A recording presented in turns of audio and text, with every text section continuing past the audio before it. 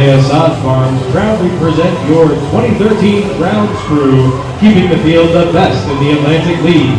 DeLea Sod Farms, serving Long Island for over 70 years.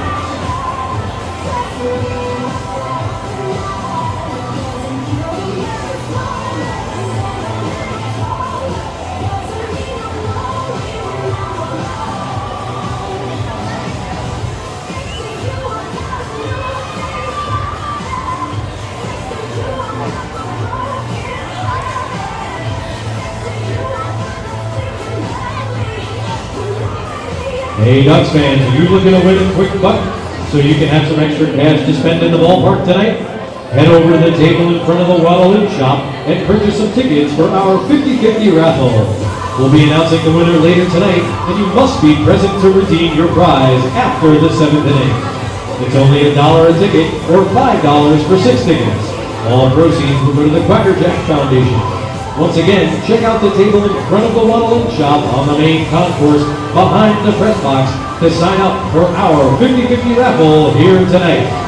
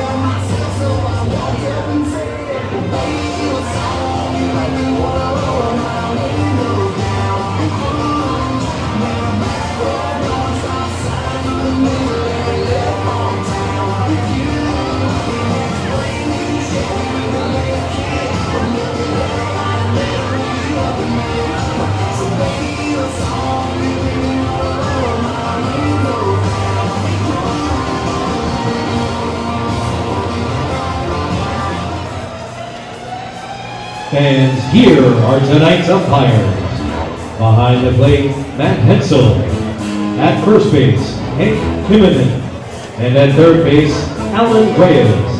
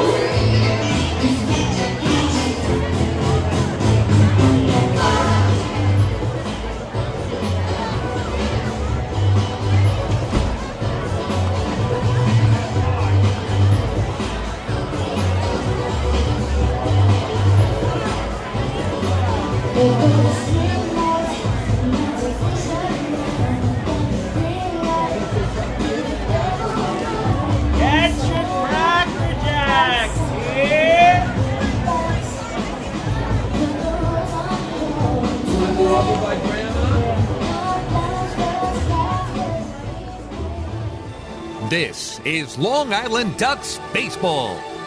Swung on and ripped down the right field line. This one is deep. It is gone from CI to see you later. 2-0 here as well. Hit to right field. Drew Macias going back. Forget it. It's gone. A grand slam home run for Brian Nelson. Justin Davies at the plate. The winning run at third. Crowd going nuts. Swung on. Bouncing ball left side. Off the mitt. Up third baseman Brad Strauss. Here comes Louis Rodriguez. Justin Davies has done it again. Jason Johnson makes the catch. He makes the catch. And the Long Island Ducks have swept the Camden River Sharks. They are the 2004 Atlantic League champions. Swing and miss for strike three. This ball game is over. The Long Island Ducks win it 5-4, and they are the champions of the Liberty Division. Lions bunt up the third baseline. Esquivel charging in. They're not going to have a play, and the Ducks are the champions of the Atlantic League here in 2012. And there is a mob scene of Long Island Ducks in right center field. They are the Atlantic League champions. And now it's time for the Long Island Ducks North Shore LIJ Southside Hospital pregame show. Live from Bethpage Ballpark in Central Islip, New York, it's time once again for Long Island Ducks baseball. And tonight, the defending Atlantic League champion Long Island Ducks take on their crosstown rivals, the Bridgeport Bluefish, in the opener of a 3-game series. Well, hello again, everyone. This is Chris King, and thanks so much for tuning into Ducks baseball tonight right here on LIDucks.com and, of course, at YouTube.com/DucksBaseball as well. Ducks playing some of their best baseball of the season, coming off a weekend series against Southern Maryland in which they took 3 of 4 from the Blue Crabs, find themselves just 3 back of first-place Southern Maryland in the Liberty Division with 22 games remaining now. The home stretch of the first half for the Long Island Ducks, and they'll take on a Bluefish team that really has struggled of late.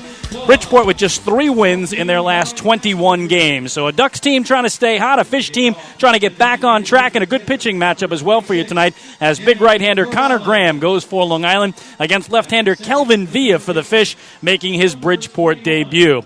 Well, it was a little franchise history for the Ducks this past weekend here at Bethpage Ballpark, as for the first time in team history, they played doubleheaders on back-to-back days. On Saturday, they swept the doubleheader from the Blue Crabs. On Sunday, they split a pair of games. And when we return, we'll hear all about that from Ducks manager Kevin Baez. Hi, this is manager Kevin Baez, and you're listening to Ducks Baseball on the Ducks official YouTube channel, youtube.com/DucksBaseball. North Shore LIJ Southside Hospital in Bayshore is the healthcare heart of our community. We provide outstanding health care right here at home with centers of excellence in cardiology, orthopedics, neurosciences, women's health services, and much more. Experience counts, and North Shore LIJ Southside Hospital has been around for nearly a century of care. For more information, please call 631-968-3000 or visit us on the web at www.nslij.com. Hey, Ducks fans, the official hotel of the Long Island Ducks is the Holiday Inn Islip MacArthur Airport in Ronkonkoma. Uncover the perfect balance of memorable, award-winning service and the most central location Long Island has to offer.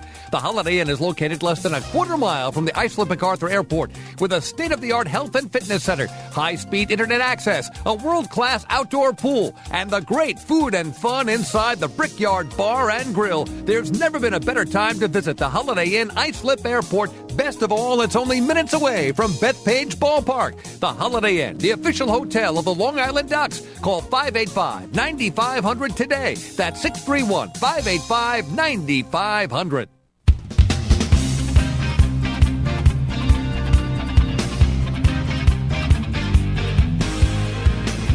Chris King back at Bethpage Ballpark, shaping up to be a beautiful night for baseball. Again, opener of a 3-game series between the Long Island Ducks and their crosstown rivals, the Bridgeport Bluefish. Well, quite a weekend it was for Long Island. Again, back-to-back doubleheaders. First time on consecutive days in the 14-year history of the Ducks that has occurred, and it was a successful weekend for Long Island. On Saturday in the day game, they beat the Blue Crabs 2-0, earned a sweep of the Twin Bill with a 9-2 victory in the nightcap. Then Sunday, their only loss of the weekend, they fell 11-4 in the day game, but responded with a waddle-off 7-6 win on a Joe Ashbrodeen hit in the bottom of the ninth that scored Dan Lyons. A big swing game for the Ducks, who pulled within 3 of first-place Southern Maryland to top the Liberty Division. Had they lost that game, Crabs would have held the same lead coming into the series, going out at 5. So the Ducks trimmed the lead to 3, and again, 22 games remaining to try to get to the top spot. And the Ducks, with that victory in the series, won the first half-season series from Southern Maryland, 6-4. So that would be the first tie break. If they finish tied for the top spot in the Liberty Division in the first half, the Ducks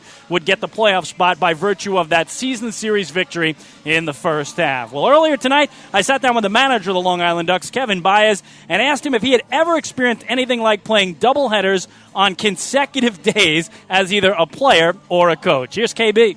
Not like a 1 and a 7. You know, maybe a 2 7s I've done, but nothing like that where you're at the park at 9 in the morning. You don't leave till 11:30 to midnight. So it's a long day, you know, but both teams had to do it, and it was good to win 3 out of 4. Yeah, tell me about that first Saturday. You get the sweep. Obviously, Sunday they come back and win the first one. How big is that second game Sunday that lets you win the series and pull within 3 of the Crabs? No, it's huge because, otherwise those 2 games that we won kind of mean nothing. You know, you go back to, 5 games. So it was an exciting game, and it was a close game, obviously, and it was good to be on top. What do you tell your guys when you're going into a weekend like that to try to keep them hydrated, make sure you don't suffer any injuries when you're playing that many innings in a short period of time?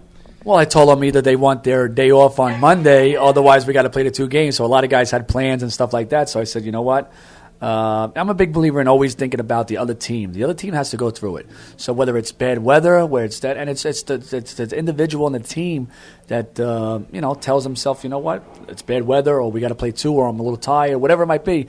Don't make excuses. We'll talk about Saturday's hero, Bill Hall, with the Grand Slam. What's it like for you when you get a player whose first hit as a Duck clears the bases 4 RBIs? It was awesome. I was talking to Barfield, who was on third when they brought in they were talking to the pitcher, and he said, you know what, KB, he got off to a rough start when I first played with him too. The first couple of games he struck out like 6 times, and right before that I says, well, let's hopefully he doesn't take that long to get hot, and then he hits a grand slam. So obviously his background and what he's done and what he accomplished is amazing. So just got to get him some at bats and see some live pitching. So it was nice to see him contribute. What about the way Joe Ashbrodeen ended things in waddle-off fashion on Sunday night? Yeah, Joe, he's been doing great for us. He's been batting second. He's been batting all over the place. So, he's not a typical 4-hitter, so I don't know if I, put a little too much on him in the beginning. But he was handling it, and he had 2 great hits and 2 big hits for us. Kevin, look at what he did in the playoffs a year ago. He really came through for you big time in both series. Is it really like we're starting to see the real Joe Ashbrodeen now and what he can do in a regular season as well?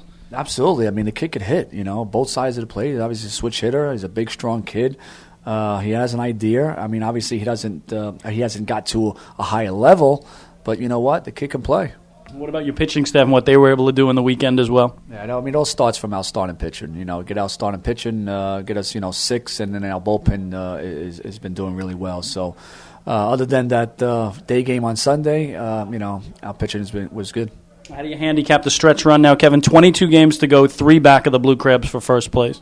Yeah, I mean, the old cliche, you got to take one game at a time, which is true. And, obviously the most important game is today. And we got to take care of business today and don't look too far ahead and, take the old one game at a time attitude. And that's what we're going to do. Well, I know you have the championship trophy, but what about the Ferry Cup? I know that always means a lot to you to try to beat Bridgeport. And in they come, and you're going to be playing them a ton the next few weeks. Yeah, no, absolutely. They're our rival, and we want to win that Ferry Cup. Well, Kevin, good luck. Thanks for the time. Good talking to you, King. That is Kevin Baez, the manager of the Long Island Ducks. Indeed, the first time the Ferry Cup Series has come here to Long Island. Teams split a pair of games to open the series last week up in Connecticut. Well, we'll take a break, and when we come back, a closer look at the pitching matchup for tonight's opener of this 3-game series between the Ducks and the Bluefish. Right-hander Connor Graham goes for Long Island against southpaw Kelvin Villa, making his Bluefish debut. Hi, this is Steve Foucault, pitching coach for the Ducks. You're listening to Ducks Baseball on the Ducks official YouTube channel, youtube.com/DucksBaseball. North Shore LIJ, Southside Hospital in Bayshore, is the healthcare heart of our community. We provide outstanding health care right here at home with centers of excellence in cardiology, orthopedics, neurosciences, women's health services, and much more. Experience counts, and North Shore LIJ Southside Hospital has been around for nearly a century of care. For more information, please call 631-968-3000 or visit us on the web at www.nslij.com. I love coming to the stadium. What do you love about a Long Island Ducks game? The excitement. The laughter. The memories. Spending time with my family. Watching my grandson's eyes light up. Dancing with Clocker Jack. What about you? A 400-foot shot. Definitely the food. Getting autographs and running the bases. Play ball! For game times and promos for your 2012 Atlantic League champions, visit liducks.com. I love this game. Ducks Baseball. It's game time.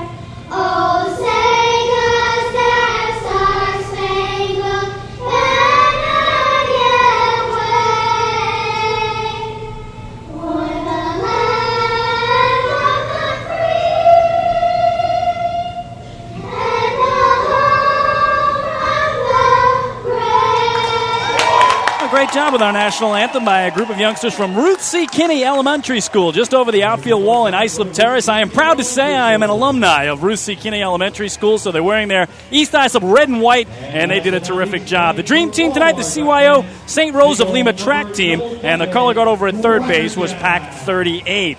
Starting lineups tonight are, as always, brought to you by Municipal Credit Union.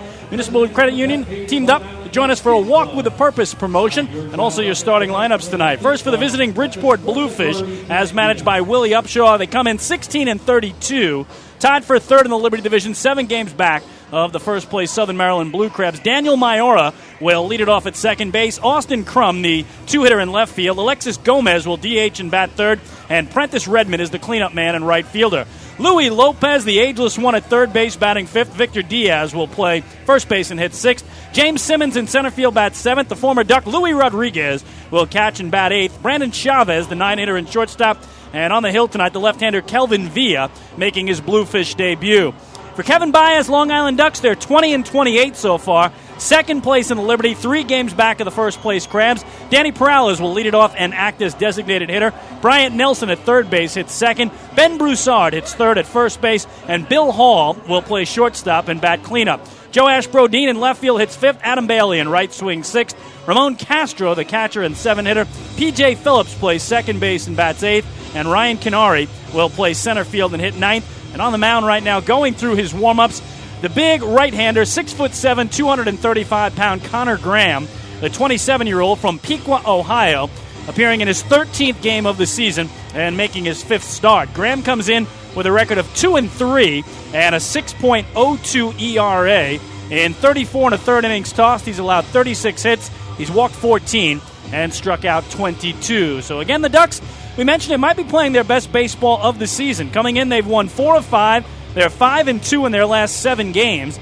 And outside of a 5-game winning streak from May 18th through the 22nd, you could argue this is their best stretch of games when they need it most. Again, with a win Sunday in waddle-off fashion, the night contest of the day-night doubleheader over Southern Maryland, they find themselves just 3 back of the Crabs for the top spot in the Liberty Division. Keep you posted tonight on Southern Maryland as well, as they'll host Lancaster to begin a 3-game series tonight. So Ducks trying to take it to a Bluefish team that earlier this year lost 14 consecutive games between May 17th and June 1st, believed to be a franchise record, but that took them from first place to right out of the picture. Bluefish trying to get back on track here, and they are coming off their most impressive win of the season. The last game for the Fish, Sunday up in Bridgeport, a 12-4 victory over Lancaster. Season-high 12 runs on a season-high 21 hits, and they had a 7-run bottom of the first inning. So both teams with a much-deserved day off yesterday and set for baseball here tonight. Just about ready for our first pitch. It's Daniel Mayora against Connor Graham, and it is popped up in a shallow center field. Ryan Canary, the center fielder, drifting to his left, puts it away, and 1 pitch and 1 out for Connor Graham and Long Island. So to bring up the 2-man, Austin Crum, the left fielder who swings from the left side. Crum on the year hitting .322 to lead Bridgeport. He's got a pair of homers, and he's 4th on the squad with 18 runs batted in. Left-handed batter against the big right-hander Connor Graham, again in his 5th start of the season and his 13th appearance overall. Recently switching from reliever to starter is Graham, a member of the Ducks championship team of a season ago. First pitch here to Crum is low for a ball, and the count 1-0. Matt Hensel is our home plate umpire tonight. Hank Himinen around at first, and Alan Reyes, the third baseman in black. It'll be a 1-0 here from Graham to Crum, and that one bounced up the middle and through, a base hit into center field, and a 1-out runner for the Fish. I'll bring up the designated hitter from the left side, the 3-man Alexis Gomez. Gomez, the second leading hitter for Bridgeport this year at .318. He leads them in runs batted in with 27, and he is second on the team with 3 home runs. Bluefish have struggled in a lot of different areas. They are last in the league in runs scored with only 192, first in the league in errors with 56, also last in home runs, just 19 homers on the season through 48 games for Bridgeport. Connor Graham's slider here misses inside, and the count 1-0 on Alexis Gomez. Top of the first, no score. The Bluefish with Austin Crum at first and 1 away.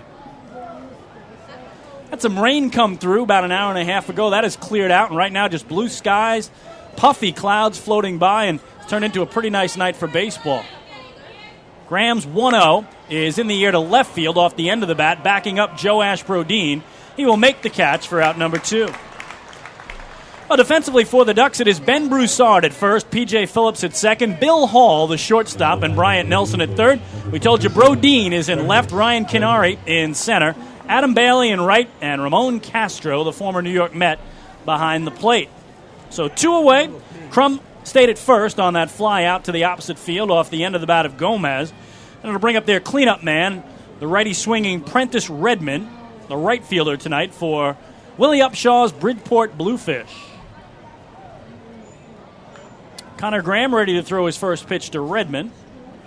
And that one missing down and away for ball 1. Bit of a breeze blowing across right now from left towards right. And the lights are on here with slightly overcast skies with all that cloud cover overhead. Graham's set is 1-0. Is down and away. 2 balls and no strikes now to Prentice Redmond. Comes in batting .249, a pair of homers, and second on Bridgeport with 23 runs batted in. He had a big game, did Redmond Sunday, in that big-time victory over Lancaster, the 12-4 when he went 4 for 4. Takes a strike here, looking at it all the way, and the count 2-1 now to Prentice Redmond. Waiting on deck, Louis Lopez, the third baseman. Again, these teams played a pair of games last week in Bridgeport to open up the Ferry Cup Series. Tuesday night, Bridgeport beat the Ducks 4-2. The Ducks won the Wednesday matinee 5-0. So the Ferry Cup Series even at 1 apiece, and this one in the air, shallow center field to make that shortstop as Bill Hall drifts out towards center, and the shortstop will put it away for out number 3. So 3 fly ball outs, and there go the Bluefish. No runs a hit and 1 man left. Middle of the first tonight at Bethpage Ballpark in Central Islip, New York. It's the Bridgeport Bluefish 0, and the Long Island Ducks coming to bat. Hi, this is Ray Navarrete, and you're listening to Ducks Baseball on the Ducks official YouTube channel, youtube.com/DucksBaseball. Northeast Facility Supplies is the official janitorial supplier of the Long Island Ducks, serving all of Long Island, both North and South Fork locations to better serve you. We're located in Ronkonkoma and have a complete range of janitorial supplies for all your facilities' needs. Whether it's paper, plastics, chemicals, machinery, or equipment, no business is ever too big or too small for us. Don't forget to ask about our price match guarantee. Visit us on the web at www.nefaci.com or give us a call at 631-563-8119. Few places on Earth offer the charm and excitement of Fire Island. At Fire Island Ferries, located conveniently at 99 Maple Avenue in Bay Shore, they offer convenient travel to Fire Island 7 days a week. Fire Island is quickly becoming a top destination for families of all ages. Experience the informal, carefree communities, the dazzling night scene, enjoy fine dining, or climb to the top of one of the tallest lighthouses in the United States. But there's only one way to get there, by calling Fire Island Ferries at 631-665-3600 today. For fare and scheduling information, please visit fireislandferries.com.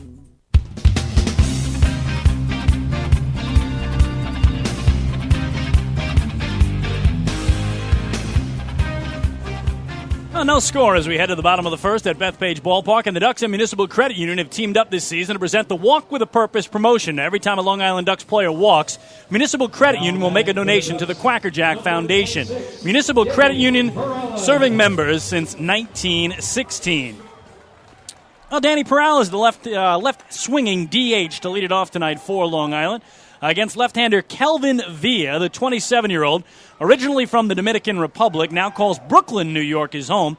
And again, his Bridgeport Bluefish debut, the southpaw stands 5'10", 180 pounds. So Villa, the lefty working all the way over on the third base side of the rubber, delivers to Perales, and his first pitch in there for a called strike, and the count 0-1. Danny batting .267, leads the team in both home runs and runs batted in, with 8 long balls and 33 knocked in. 0-1 slider gets the outside corner, and it's quickly 0-2 on Perales. And last game for the Ducks was Sunday night, a 7-6 waddle-off victory over the Southern Maryland Blue Crabs to take 3 of 4 and pull within 3 as here Perales swings and misses at one up over the belt. So good start for Kelvin Villa as a Bridgeport Bluefish. 3 pitches, 3 strikes. Perales down swinging. Brian Nelson. So 1 away, and it'll bring up the switch-hitting third baseman in the 2-hole tonight for Kevin Baez. That is Bryant Nelson. And on the year, a .243 hitter. He's got 6 homers, and he's driven in 19. Kelvin Villa, a familiar name to Atlantic League fans. This is his 4th different Atlantic League team in 4 years. Here, Nelson, as he often does, takes outside for a ball, and the count 1-0. Big exhale from Kelvin Villa. Stare into his catcher, Louis Rodriguez, and time called, I believe, by home plate umpire Matt Hensel. So we'll reset here with a count 1-0 on Bryant Nelson. No score, bottom of the first. And Nelson takes another pitch for a strike, and that'll level the count at 1-1. Kelvin Villa started his Atlantic League sojourn with the Newark Bears in 2010, then on to the Road Warriors in 2011, and pitched last year for the Sugarland Skeeters. Here, looped into left field by Bryant Nelson. That'll get down for a base hit. So much like the Bluefish had a 1-out single in the top of the inning, the Ducks do the same here in the bottom of the frame. Broussard. So Nelson at first, 1 away, and here's the 3-hitter from the left side, the first baseman, Ben Broussard.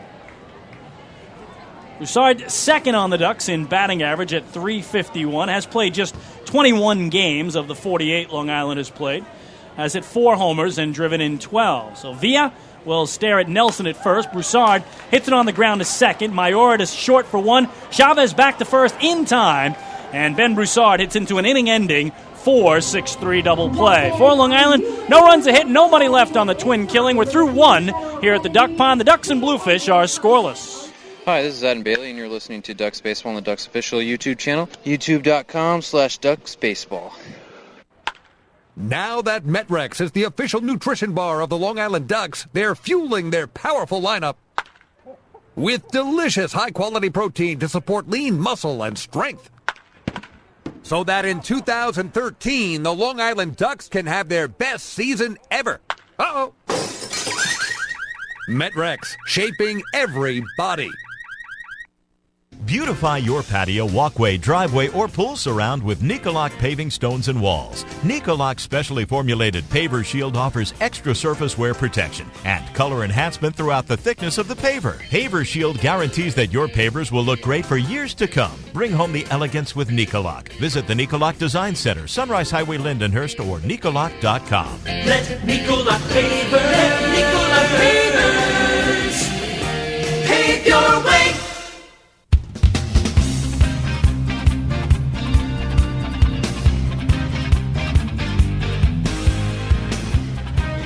No score as we head to inning number 2 here at Bethpage Ballpark. And time now for the Ducks Injury Report, brought to you by Island Shore Physical Therapy, the official therapist of the Long Island Ducks.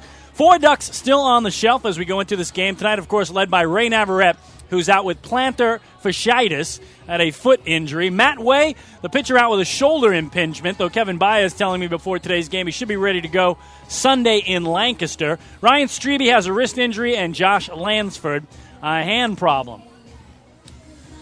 So we head to the top of the second. No score here at Bethpage Ballpark. Connor Graham getting set for inning number 2 of work. And it's been 9 days since Connor Graham was on the hill. The last time he pitched for the Ducks, June 2nd in York, a 7-1 loss. And he had a lot of season highs in that one game. He pitched a season-high 7 innings, allowed a season-high 7 earned runs and 7 total runs against, gave up a season-high 10 hits, but also tied his season high with 6 strikeouts and tied his season high with 4 walks. So all kinds of big numbers for Connor Graham last time out, June 2nd at York, in a 7-1 loss to the Revolution. And here a very successful first inning as he got 3 balls in the air, 1 on the infield, 2 to the outfield, and Austin Crum reached him for a 1-out single up the middle, but that was it. So he certainly settled down. And now he'll go to work against 5, 6, and 7 in the Bluefish order. Louis Lopez, Victor Diaz, and James Simmons. So it starts with Lopez, the third baseman, a right-handed hitter. And Louis having another terrific year, batting .313, third on the Bluefish, 2 homers and 19 driven in. Graham's first pitch to him in there for a called strike, says home plate umpire Matt Hensel, and the count 0-1. Well, again, this Bridgeport Bluefish roster littered with new names, but a couple of the old familiar ones still around, and Louis Lopez certainly is that. 0-1 here from Graham is swung through here, and it's quickly 0-2. Lopez in his 6th year as a member of the Bridgeport Bluefish, now his 8th year in the Atlantic League, and his 18th season of professional baseball. Good start for Connor Graham, in front of him, 0-2. And a check swing, they appeal to first, and over there Alan Reyes says he did not go around, and that is ball 1 to Louis Lopez. And again, you see the reason why the Bluefish felt they had to turn over their roster. They've missed the playoffs the last 2 years, and in fact missed the postseason 7 times in the last 9 seasons. 1-2 here is foul back over the netting and behind home plate to our right. And the count will hold on Louis Lopez. And very unusual for the Bluefish. You go back to their start in the Atlantic League. They were one of the inaugural 6 teams when the league opened back in 1998. They actually won the championship the second year in 99, and they made the playoffs 5 times in their first 6 seasons in the league.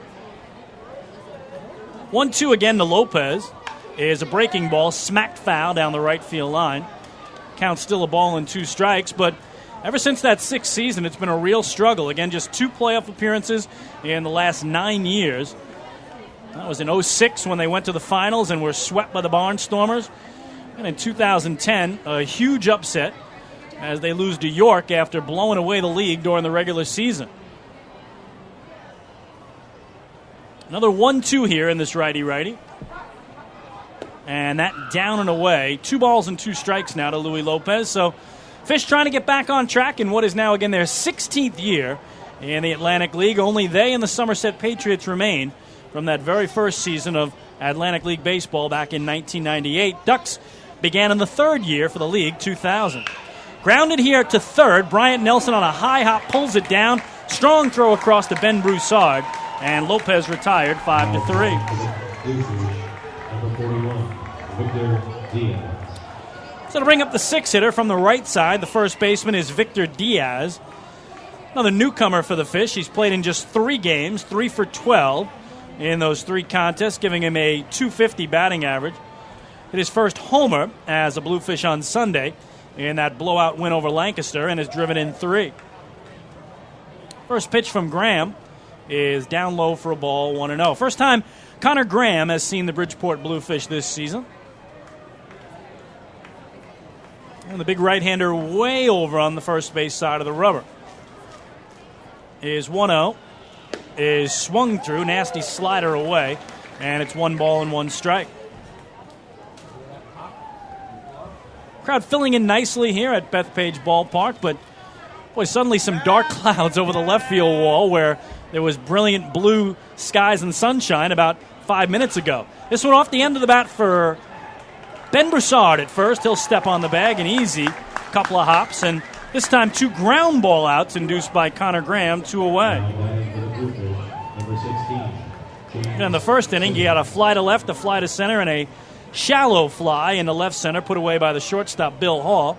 So Connor Graham looking for his first 1-2-3 inning if he can get the 7-hitter and center fielder, the righty swinging James Simmons, also just returning to the Bluefish after he had played for them last year. He, too, played just the 3 games this weekend against Lancaster.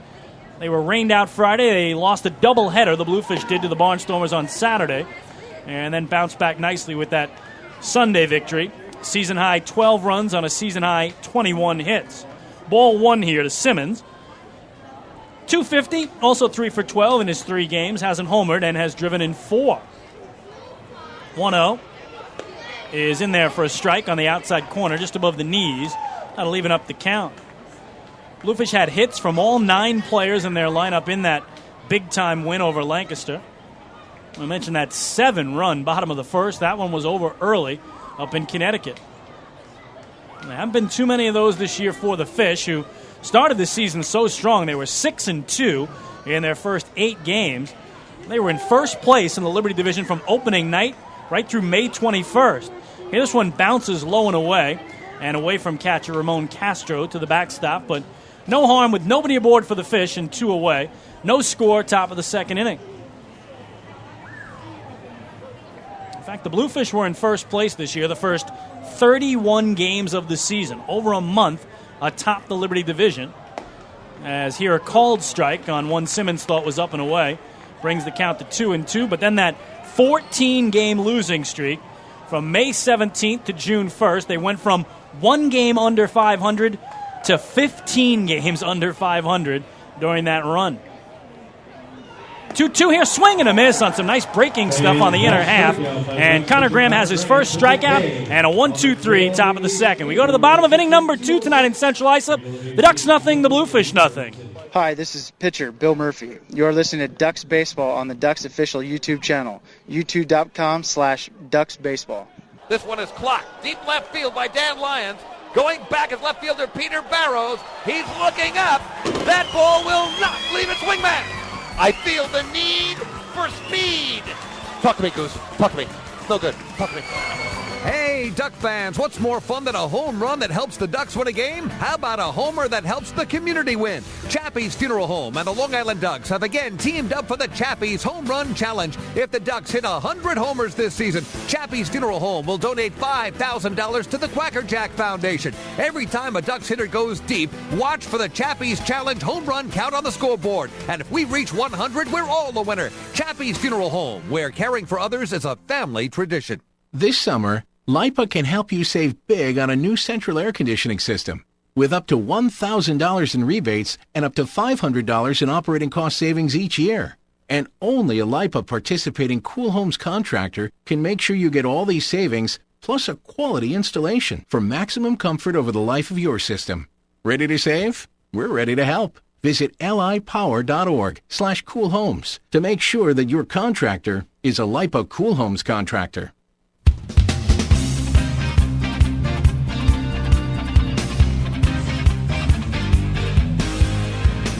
No score as we head to the last of the second tonight at Bethpage Ballpark. This is Chris King. I thank you so much for tuning in and making Ducks Baseball a part of your Tuesday evening right here at liducks.com and, of course, at youtube.com/Ducks Baseball. Kelvin Villa, the left-hander in his Bluefish debut tonight, supported by Victor Diaz behind him at first base, Daniel Mayora at second, Brandon Chavez the shortstop, and Louis Lopez at third. Austin Crum is in left field, James Simmons in center, Prentice Redmond in right, and Louis Rodriguez does the catching.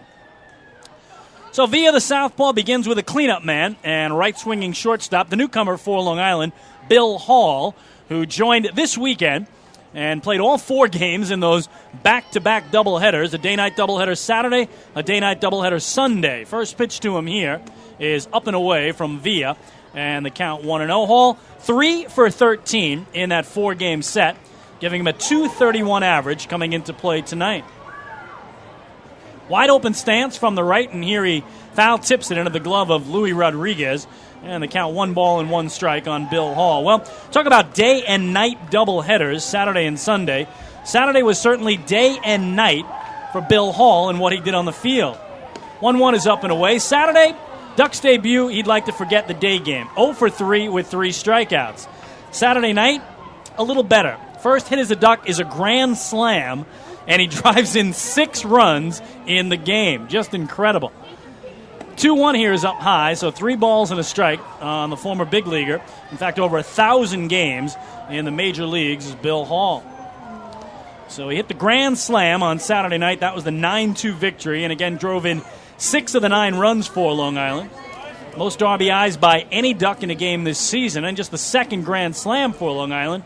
Danny Perales had the other. 3-1 here. Thought it was inside. It's a called strike, and the count now full on Bill Hall, batting cleanup tonight for Kevin Baez. Not in the lineup and available for Kevin tonight. Righty swinging Josh Barfield and Dan Lyons, and switch hitting Ralph Henriquez, the backup catcher. Payoff pitch is lashed back to the screen right above where Joash Brodeen is getting loose in the on-deck circle. And the count holds on Bill Hall. Those dark clouds still hovering over the left field wall, making their way towards center and eventually around towards right, but Still no precipitation. The 3-2 here, swing and a miss as he chased one off the plate. And Kelvin Villa has his second strikeout of the game, both swinging, one away. The Ducks, number 22, Joash Brody. So here's the left fielder and switch hitter in the 5 spot tonight, Joash Brodeen for Long Island. Third on the team in batting average at .313. He's hit 4 homers, and he's driven in 20. That's third on Long Island.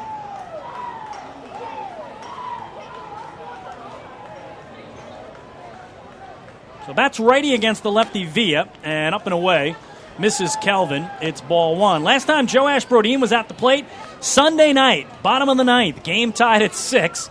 And he singled home Dan Lyons to give the Ducks their second waddle-off victory of the year. 7-6 over the Blue Crabs. Probably the biggest game of the season for the Ducks. Ball 2 now to Brodeen, and it's 2-0. Villa's pitch misses away. It's ball 3. I mean, you look at that series, Ducks trying to catch Southern Maryland for the top spot in the Liberty Division. Crabs came in 5 games better than the Ducks. Ducks won both games in the doubleheader Saturday, dropped the opener Sunday. So by Sunday night, you're talking about an incredible 2-game swing here as Villa can't find the plate. A 4-pitch walk puts Joash Brodeen aboard with 1 away. And that's the first Municipal Credit Union walk with a purpose tonight. Every time a Ducks batter walks, the Quackerjack Foundation wins. So if the Ducks lose that game, and then Southern Maryland goes home with the same 5-game lead they brought in when the series began on Saturday afternoon. Ducks, though, win the game on Brodeen's waddle-off hit, and it cuts it to a 3-game lead for the Crabs now with 22 games remaining for Long Island in the first half, which ends on July the 1st.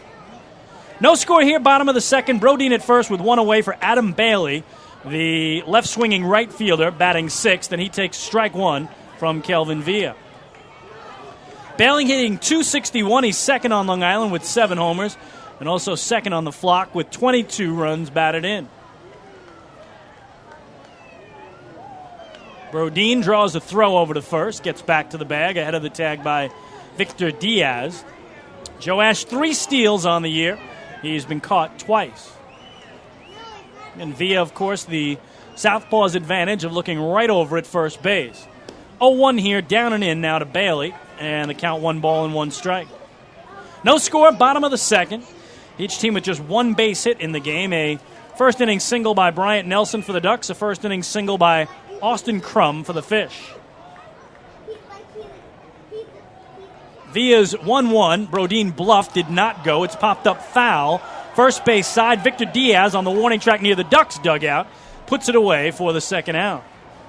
So Bailey fouls out to the first baseman Diaz. Now batting for the Ducks, number 37, Ramon Castro. Going to bring up the catcher and 7-man, a right-handed hitter, Ramon Castro for Long Island. Castro in at .241. He's got 3 homers, and he's driven in 9. Now let's see what Kevin Baez wants to do over at first base with Joash Brodeen, who bluffed a run at first during the Bailey at-bat, but did not go. More likely to send him here with 2 away. Takes off immediately. First pitch swung through. Luis Rodriguez bounces one into second, but right into the glove of the shortstop, Brandon Chavez, who applies the tag. Brodeen caught stealing the machete, guns down another, and that'll bring an end to the home second for Long Island. No runs, no hits, a walk, nobody left on the caught stealing. We go to the third and CI, no score between the Ducks and Bluefish. Hi, this is Bryant Nelson, and you're listening to Ducks Baseball on Ducks Baseball official YouTube channel, youtube.com/Ducks Baseball. Hey Ducks fans, your recreation destination this year is The Rinks at Hidden Pond Park. The Rinks features 2 full-size ice rinks, a 97-acre summer day camp, a New York State licensed preschool academy, and a wide variety of birthday party options. Learn to skate, join one of many hockey leagues, swim in an Olympic-sized pool, and enjoy all the fun that The Rinks has to offer. Visit us today at 660 Terry Road in Hauppauge, or check us out online at therinks.com. The Rinks, your recreation destination. Can't get enough of the Long Island Ducks? Well, now you can get even more inside info on your favorite hometown team through Facebook and Twitter. The Ducks are constantly updating fans through social media with scores, transactions, ballpark promotions, and much more. You can even win great prizes. All you'll need to do is make a free account on Facebook and Twitter, and then visit us at facebook.com/LIDucks and twitter.com/LIDucks. Think you're Long Island's biggest Ducks fan? Get connected now.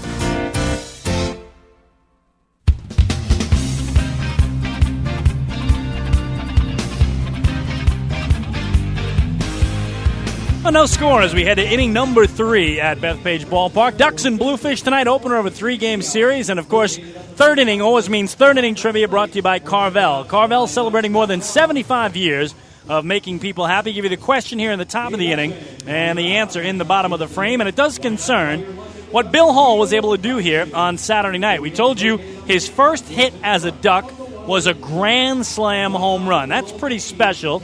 But what we want to know tonight is which current member of the Long Island Ducks had his first 2 hits as a Long Island Duck go for home runs. Now, granted, neither one was a grand slam, but I don't know what's better. Your first hit is a grand slam for a team, or your first 2 hits are both home runs for your new team. So which current member of the Long Island Ducks had his first 2 hits as a Duck both go for home runs?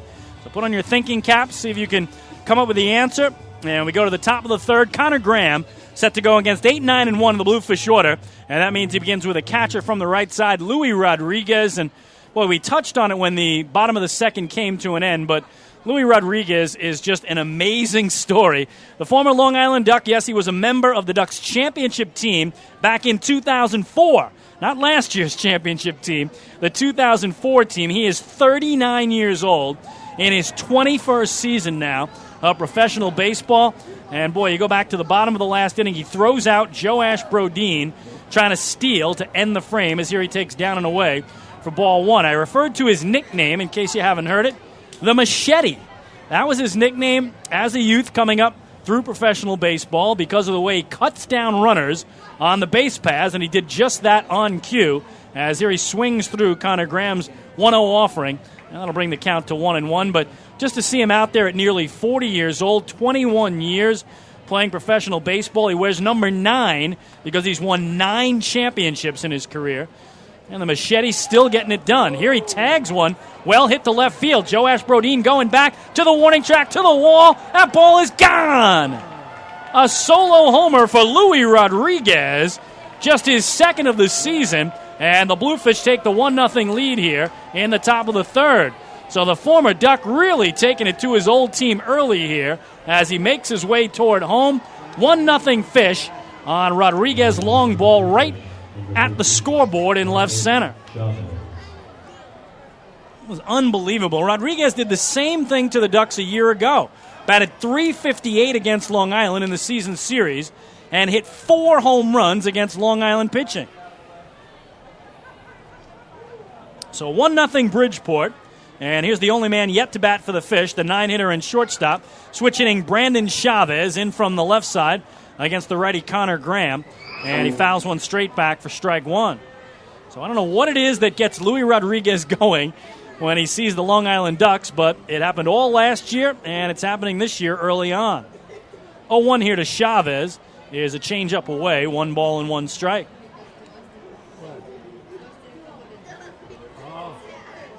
One thing the Bluefish do not do, we touched on it, hit home runs. That's just their 20th home run of the year. Here, up and away, misses Connor Graham, 2 balls and a strike. So only 20 home runs for the Bluefish in 49 games. Also last in the league in runs scored with 193 now, but the only team in the league that has not crossed the 200 mark in runs scored. Here, fouled again back behind home by Chavez. And the count 2 balls and 2 strikes. Chavez hitting 191 on the season, no homers, 7 runs batted in.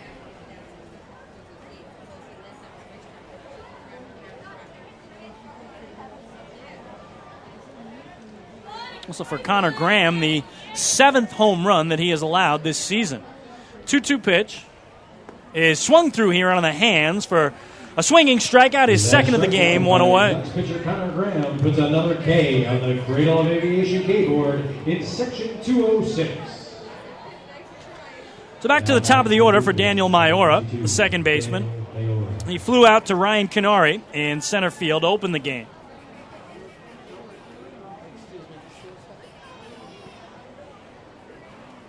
Righty-righty matchup, and Graham's first pitch is in there for a strike, 0-1. Maiora brings in a 3-game hitting streak, and he's been hot in that run. 7 hits in those 3 contests, so averaging better than 2 hits a game in his last 3 times playing for Bridgeport. Here's the 0-1, and that gets the outside corner nicely painted by Connor Graham, and it's 0-2. 1-0 Bluefish here as they draw first blood on the Luis Rodriguez home run. Graham stares home over the top of his glove to Ramon Castro and gets a ground ball wide of third here where Willie Upshaw will field. And the manager of the Bluefish flips it into the crowd. 0-2 on Daniel Maiora.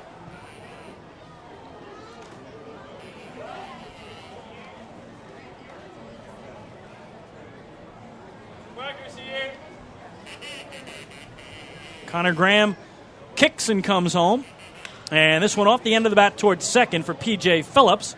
He will sidearm to first, 2 away. Now batting for the Bluefish, number 15, Austin Crum. I'm going to bring up Austin Crum, who singled up the middle his first time through. And boy, he has liked facing the Ducks so far in this Ferry Cup series. 3rd game of the series. He is now 5 for 7 in 3 contests against Long Island. Came in batting .667 in the Ferry Cup Series, which is in its 5th year, and the teams have alternated bringing home that trophy that's awarded to the team that wins the season series between the Ducks and the Bluefish. Missing low and inside is Graham here as some light rain begins to come down, people heading up for the cover of the concourse. And again, nothing major here, just some light drizzle, but enough to send folks scattering up for cover. The 1-0 is a breaking ball strike. 1-1 now to Austin Crum. Mentioned the Ferry Cup began back in 2009. The Ducks won the inaugural Ferry Cup 11-9. They beat the Bluefish. 11 wins for the Ducks to 9 for Bridgeport. Fish won it in 2010. Ducks took it back in 2011. Bridgeport won it last year. Swung through here. He may have got a piece of it, did Crum, and the count 1-2. So each team has won 2 Ferry Cups. And again, the season series tied at 1 win apiece after they split a pair of games in Connecticut last week. Trophy this year will be awarded early. Final meeting of the teams is Sunday, July 28th, up in Bridgeport. 1-2 here, check swing, the appeal down to third. And Hank Himmonen there says he held up 2 balls and 2 strikes. Really a crazy schedule this year between the Ducks and the Bluefish. In the first half, they never faced each other in April and May. They'll play 10 times in June. Then in the second half, they'll play 10 times in July, and they won't see each other at all in August or September. So 20 games in June and July between these great rivals, the rivalry that's into its 14th season. But again, no games at all between them in April, May, August, or September. So very strange. Count runs full as Graham missed here, and Austin Crum will get a 2-out payoff pitch. It's on the way. Curveball, got the inside corner. He got him looking. 3rd strikeout of the evening for Connor Graham, his first backwards K in the score sheet, and that'll retire the side. Austin Crum with some words for home plate umpire Matt Hensel. But the Bluefish do get on the board on the solo home run by Luis Rodriguez to left field. His 2nd of the season, their only hit of the inning, and it's 1-0 Bridgeport as we head to the last of the 3rd here at Bethpage Ballpark. Hi, this is right-handed pitcher Connor Graham, and you're listening to the Ducks Baseball on the Ducks official YouTube channel, youtube.com/DucksBaseball. I love coming to the stadium. What do you love about a Long Island Ducks game? The excitement! The laughter. The memories. Spending time with my family. Watching my grandson's eyes light up. Dancing with Clocker Jack. What about you? A 400-foot shot. Definitely the food. Getting autographs and running the bases. Play ball! For game times and promos for your 2012 Atlantic League champions, visit LIDucks.com. I love this game. Ducks Baseball. It's game time. Now that Metrex is the official nutrition bar of the Long Island Ducks, they're fueling their powerful lineup with delicious high-quality protein to support lean muscle and strength. so that in 2013, the Long Island Ducks can have their best season ever. Uh-oh. Metrex, shaping every body.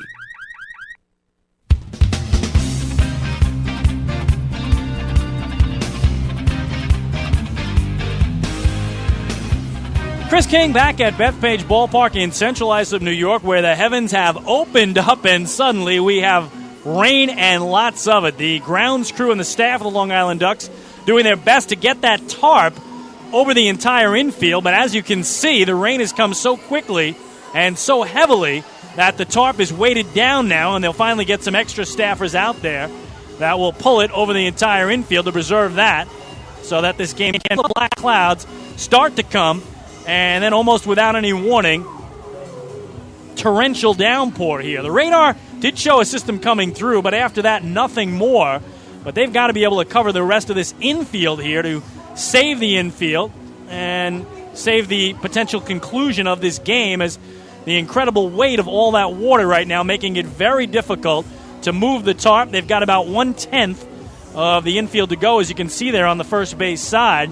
But right now it's a struggle for the staff of the Ducks to finish up that lone area behind first base. So we are officially in rain delay at the bottom of the third, where the Bluefish taking the 1-0 lead in the top of the inning on the Luis Rodriguez solo home run. Well, we'll finish up our Carvel third inning trivia, brought to you by Carvel, celebrating more than 75 years of making people happy. We asked you the question, tell you about Bill Hall and his first hit as a Duck Saturday night, a grand slam home run. We asked you which current member of the Long Island Ducks had home runs in his first 2 hits as a Long Island Duck. The answer we're looking for, Bryant Nelson.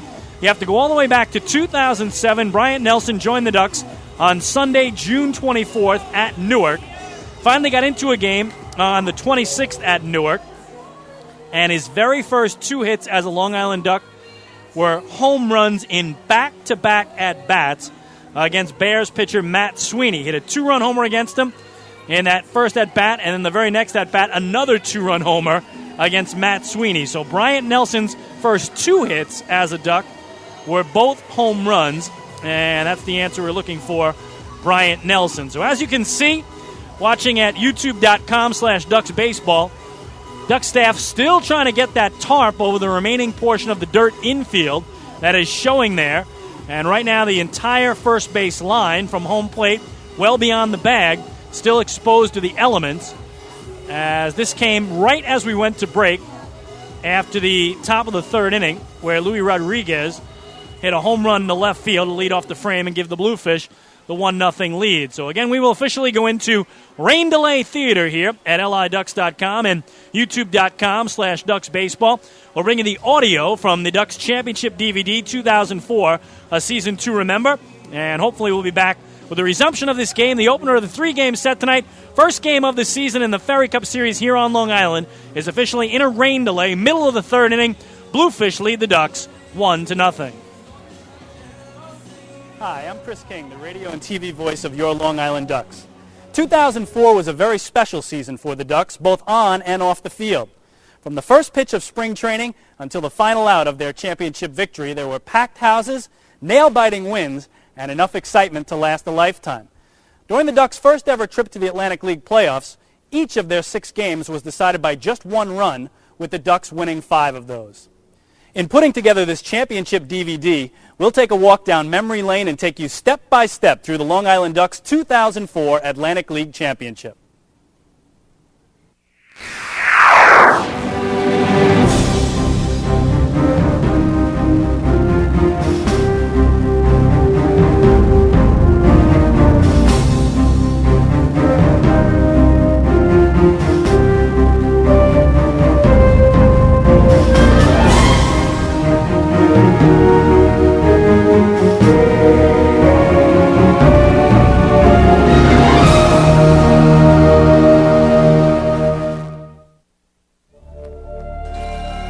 Following another close call at the end of the 2003 season, the Ducks had finished second in 6 of 8 halves through their first 4 seasons of play and still had never qualified for a playoff spot. After a winter full of organizational meetings and player signings, the team headed down to spring training loaded with talent, brimming with confidence, and eager to prove that this team was different. Well, when we got down to spring training, it was we kind of realized that this was kind of a special group of guys, and we all clicked from the very beginning. And our mission was, you know, if we're going to be in the independent league and nobody's going to give us an opportunity to go play in organized ball, then we're going to try to do the absolute best that we can with our team. And like I said, we felt like we had a special talent and a special group of guys, and it was our goal to go out and win the championship.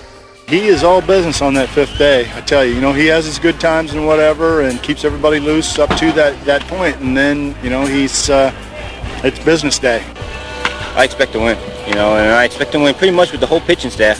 When you get Bill out there, you know he's going to fight you. You know he's going to fight you to the end. He never wants to come out, and that's always good. Of the 25 players on Long Island's opening day roster, 14 had major league experience, highlighted by a pitching staff that featured Bill Pulsifer, Matt Beach, Matt DeWitt, Bill Seamus, and Lance Davis, all of whom had experienced success at the big league level. Every spring training, especially with the Ducks, you go into it of not knowing how long you're going to keep your guys, and that's always a concern. But when we walked down on the field the first day, when Pulsifer and Seamus showed up, there was no longer any worry of what type of clubhouse we were going to have. The camaraderie was there just with those two individuals, and as a coach, as a manager, when you know your camaraderie is good, it solves a lot of problems. So everybody else was going to fit into place. All the guys that we had from the previous year, we knew were very good guys, very good individuals, and we pride ourselves with the Ducks of bringing in good individuals, not just statistics, but they got to be good people to play here. And as soon as we had those two guys, we knew we were set. As the season began, Long Island came out of the gates on fire, emerging victorious in each of their first 6 games. 4, and the Ducks win the game. Final score, Long Island Ducks 5, Pennsylvania Road Warriors 4. By the end of the season's first month, Long Island was on a roll, in first place with a 16-7 record. We had a lot of guys returning from the year before. It was myself and Barty and Doug and JJ and stuff. Well, those guys, I know they remember the hurt that we felt in that last game and how close we were to it. And then getting guys like Pulsifer and Seamus and Lance and Beach and those guys in the beginning of the year, we knew we had a staff that could take us all the way. Of course, the big question was how long were we going to have them for? Which comes across every year with the Ducks, is that we start off great, and if somehow or another the guys get picked up, which is what the league is for, and but it hurts our team club, and we never seem to make the playoffs because we got guys leaving, and sometimes you just can't replace those guys. By mid-June, however, 3 of Long Island's top pitchers had been signed to major league organizational deals. Clint Weibel was the first to go, followed by Matt DeWitt and Matt Beach. Following their departures, the Ducks hit a skid, and, following a July 5th loss at the hands of the Nashua Pride, found themselves 1 game behind the arch-rival Bridgeport Bluefish with just 7 games remaining in the season's first half. Despite regaining their footing in the following series against Pennsylvania, the Ducks found themselves needing a sweep of Bridgeport in the half's final series in order to earn a berth in the Atlantic League playoffs. All the Bluefish needed was 1 victory in the 3-game set, and the Ducks' playoff hopes would be dashed yet again. And the Ducks would have to do it against their arch rivals on the road in a ballpark in which their playoff dreams died in the last week of the 2000 season. They'd also have to do it in a ballpark where they'd only won 13 times in 37 games coming into the season. You're listening to the soundtrack of the Ducks Championship DVD, 2004 Long Island Ducks, A Season to Remember. The Long Island Ducks baseball game is currently being delayed due to inclement weather. We will update you on the status of the game as soon as possible, and thanks for listening to Long Island Ducks baseball exclusively here on LIDucks.com. We now return you to our trip down memory lane.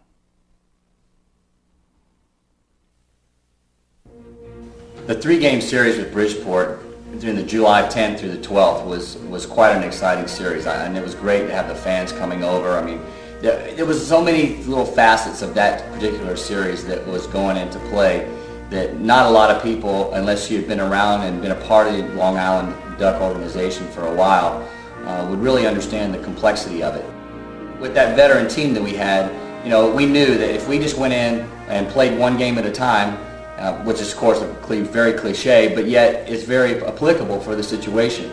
If we win the first couple of games, that we would put the pressure back on them, and that's what we did. The Monday night game, after it being called after the 9 innings, was very frustrating for all of us, both teams in general.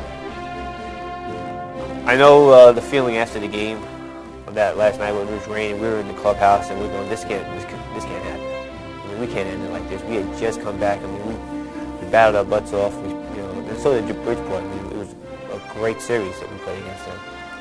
We beat them the first 2 games of the series. It came down to that last game. They had scored a couple runs in the beginning, and we fought back to tie it. And it came down to the 9th inning, and we were playing in the rain the whole game. And when they called the game and took us off the field because of the rain, it was kind of mind-boggling. It was like, what are we doing? We've been playing in this for 9 innings, and all it takes is we finish 9 innings. The next person to score will win. So the Long Island Ducks headed home. The July 12th game was declared a tie, with a new August 9th game rescheduled to be played in its entirety and no playoff spot yet secured. Despite the fact that they had come so far, the Ducks had no closure. The second half would begin on Friday night, but there was still 4 weeks of baseball to play before the first half champion would be declared. Well, so we start the second half of the season. We don't know who the first half champion is, and we're going to play that game 2.5, 3 weeks out. It really kept the tension around here at a certain pitch. Certainly kept all the fans' interest. We started to point our whole season towards one game, and that's sort of good and it's sort of bad. For the fans, it was high drama. For us and our organization, it was high drama. For the ball players, so we were all focused in on that August 9th game. And while the Ducks would have to wait for their chance to play for their first ever playoff spot, they would continue their pursuit of individual and team records that would fall during the magical 2004 season.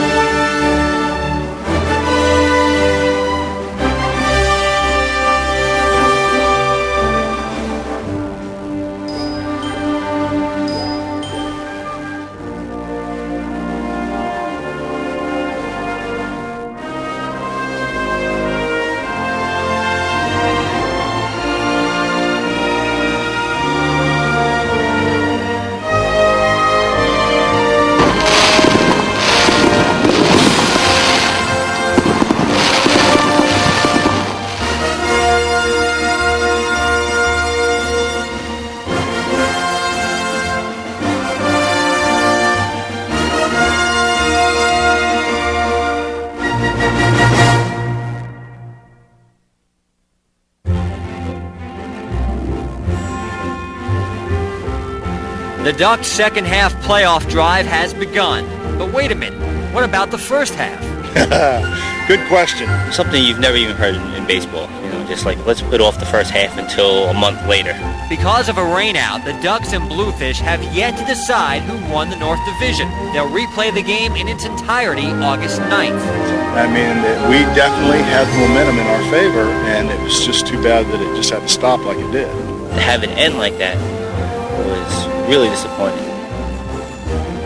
We have some guys that do real well now. Who knows if Doug, Kamara, Barty, or Pulsford is going to be here come August 9th. That could really change And, they were a big part of our team.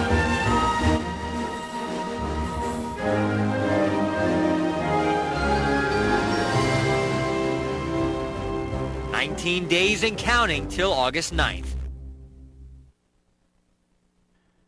You're listening to the soundtrack of the Ducks Championship DVD, 2004 Long Island Ducks, A Season to Remember.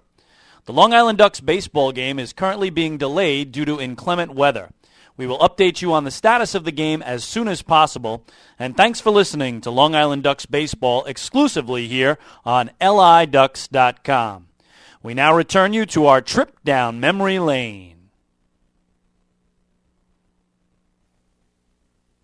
When August 9th finally arrived, the team and its fans were ready. My guys are ready to go. They're ready to play this game. As I'm sure these guys are too. I mean, it's about the playoffs. I mean, there's a couple reasons why these players are all here in this league. One to get back to organizations, and the other getting the playoffs. And here it is, right here on the table for them. So now it's whoever's the hungriest. With more than 700 loyal Duck fans in attendance in Bridgeport, everything was on the line once again for Long Island's hometown team. In a game dubbed "One Game for All the Marbles" by Bridgeport officials, the Bluefish took an early 3-0 advantage against the Ducks and starter Brian Ricard. Count 1 ball, 2 strikes to Avila. And again, Lou, the rosters of these teams is quite different from what it was the last time we played this game on July 12th. The Ducks do have Garrick back. The Bluefish have Willis Otanez and DJ Boston back, but Long Island has lost Bill Pulsifer, Lance Davis, and Manny Ulloa, 3 of their best pitchers who've gone on to affiliated teams. Beautiful pitch on the inside corner, and Ricard ends the inning, but the Ducks showed their mettle, battling back and tying the game on Camara Barti's 2-out, 2-run home run in the 5th inning off Bluefish ace Tim Kaine. Delivers, swing and a miss, tied him up inside, and Kaine works ahead 0-2. And a chance for Camara to get some retribution, Lou, as it was Camara Barti who popped out to second base back in the 3rd inning with the bases loaded and 1 away. So he gets another chance here to at least drive in 1 run if he can bring in Cole Liniak from second.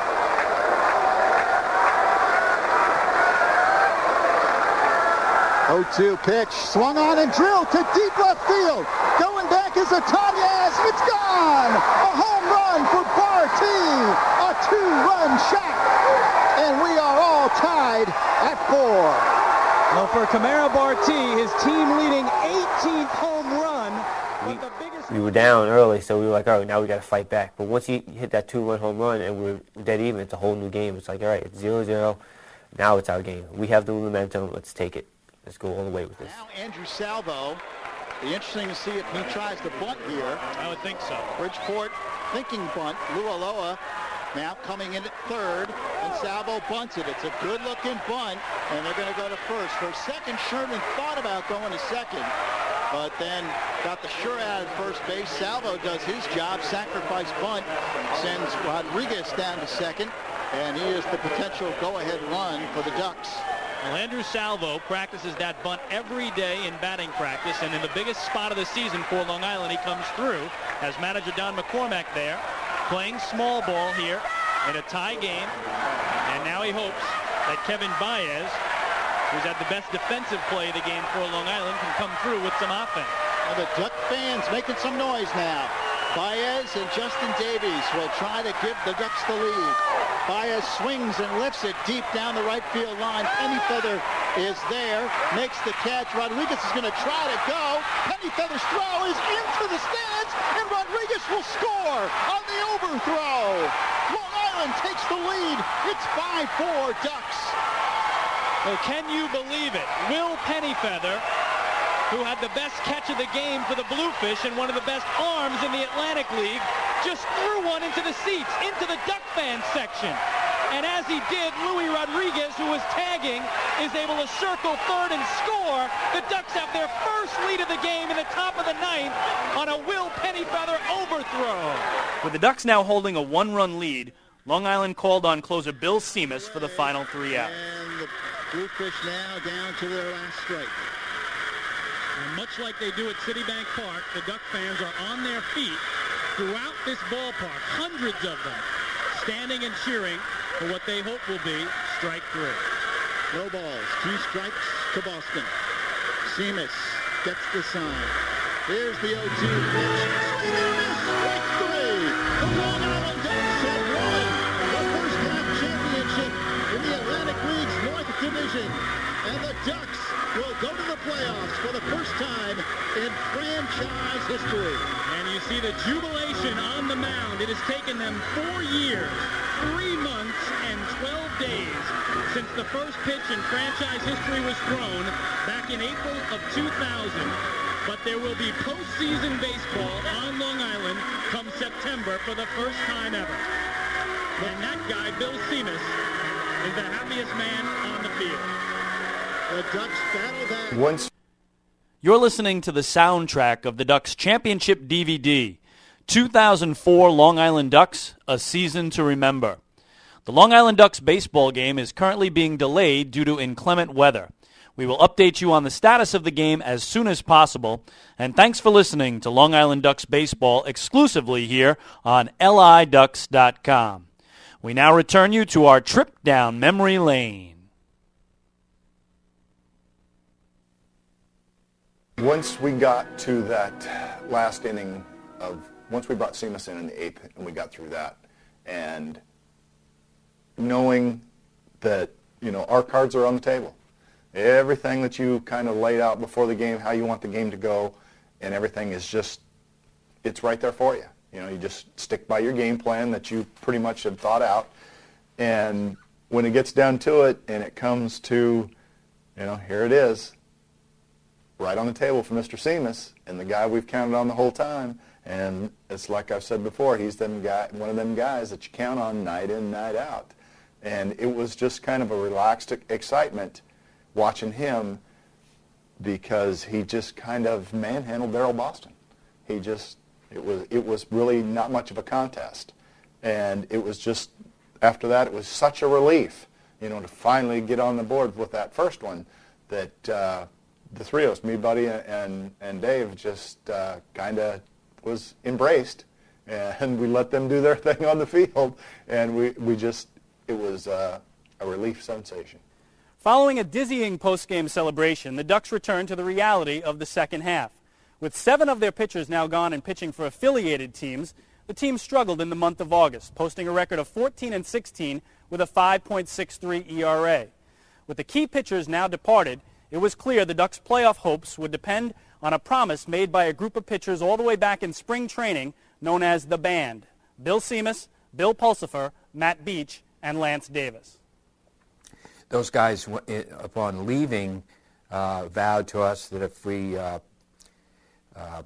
they didn't get called up to the big leagues, they'd come back, and that's the rest is history. Those people came back, and we played 7 consecutive one-run games. Well, those at the end of the first half, prior to us having to reschedule the August 9th game, I remember being in the dugout and talking with Pointer about, and this is a guy that's won a World Series at the major league level, and we both had the same feeling of playoff baseball. It doesn't matter where you're at, little league or on up, it's just a special feeling, and that's the real reason that true baseball players play, and that's to have a chance to win a championship. Not for the money, not for the fame, not for anything like that. It's just to go out and compete at the highest level of your league, wherever it be, and you to be the top of it. It's really a special thing, winning a championship. And there's plenty of guys that play their whole careers and don't even make playoffs, let alone win a championship at any level. So it's really a special thing. And when a group of guys gets together and accomplishes something, it's camaraderie. It's a very special thing. On September 14th, the leader of the Band, lefty Bill Pulsifer, was the first to make good on his promise to return. Within 5 days, Seamus, Beach, and Davis followed suit, and Long Island's once awe-inspiring pitching staff was back at full strength just in time for the team's first ever playoff appearance. The first playoff game in franchise history was on the road on Tuesday, September 21st, 2004 at historic Holman Stadium in Nashua, New Hampshire. The Nashua Pride held a 10-8 advantage over the Long Island Ducks in the regular season, and they featured an explosive offense led by former Major League All-Star Dante Bichette. Despite rallying late in the game, the Ducks fell 3-2, and their playoff hopes were in danger just 1 game into the best-of-3 series. Yeah, you'd like to, you'd like to win that first game, but we were coming back home, so I thought it was a great game, and up there we just didn't, we didn't make our move late in the game like we normally do, and then you come back here and you have all this enthusiasm. You have this 4 years of frustration, which is more in-house than it is the new players that came in. They had nothing to do with being defeated. There are a couple guys here, Justin Davies and Doug Jennings, who had gone through all these close losses for all these years, and then you have the fans who had gone through that. You're listening to the soundtrack of the Ducks Championship DVD, 2004 Long Island Ducks, A Season to Remember. The Long Island Ducks baseball game is currently being delayed due to inclement weather. We will update you on the status of the game as soon as possible. And thanks for listening to Long Island Ducks baseball exclusively here on LIDucks.com. We now return you to our trip down memory lane. After dropping Game 1 of the Atlantic League North Division playoffs in Nashua, the Ducks returned home to a raucous Citibank Park for the first home playoff game in franchise history. The sellout crowd had waited 5 years for this night to arrive. 6,322 strong and armed with thundersticks was in full throat as Bill Pulsifer headed out to the mound. The first playoff game here at Citibank Park was obviously very personal to me and very special for me. And I've been to Super Bowls and I've been to Final Four in college basketball games and been to a tremendous amount of, played in a few championship games myself.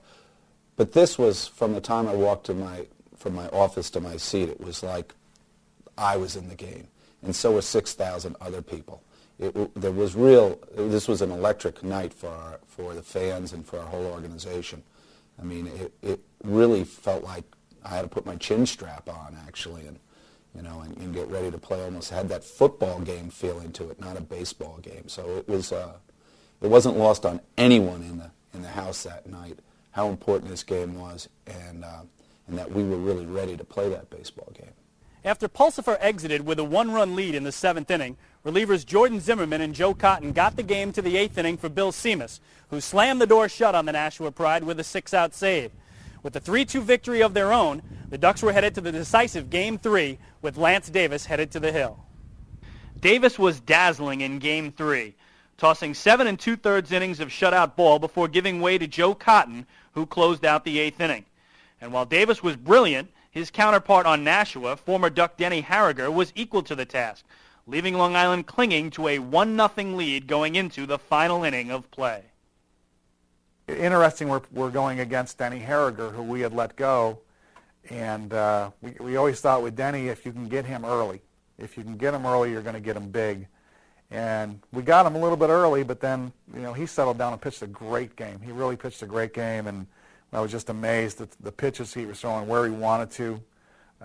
But we just had better pitching that day. We had Lance Davis and we had Bill Seamus, and they didn't.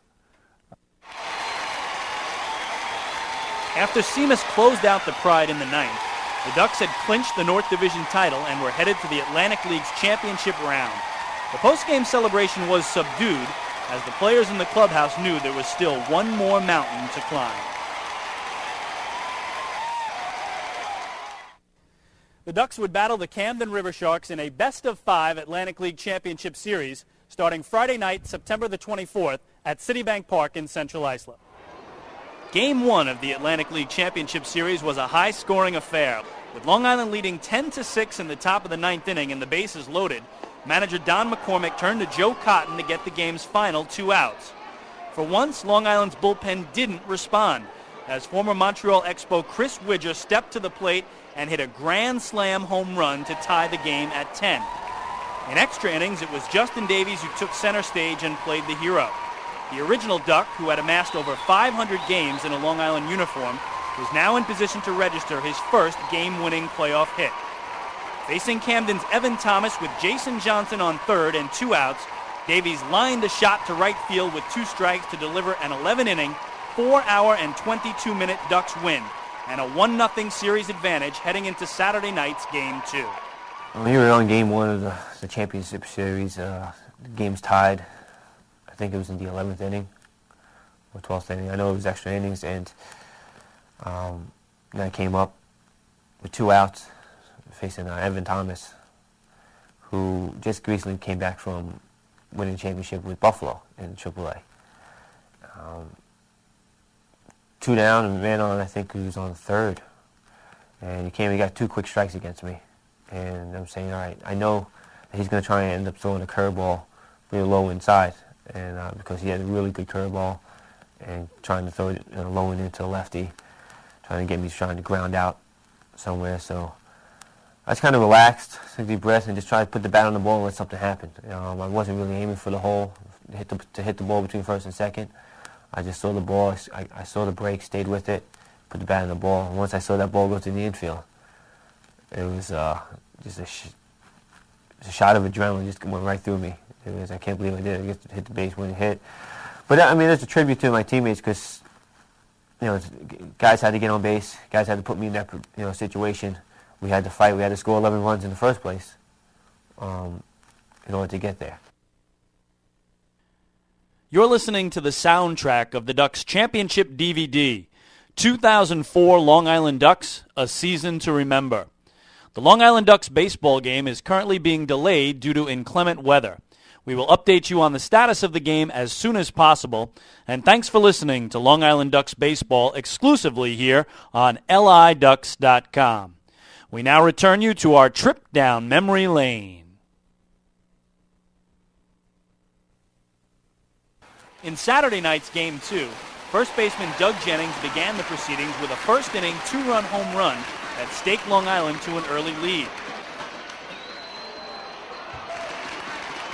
For the second consecutive night, Justin Davies played the hero, singling off the glove of third baseman Brad Strauss to drive home Rodriguez for a 5-4 win in the game and a 2-0 Ducks series lead.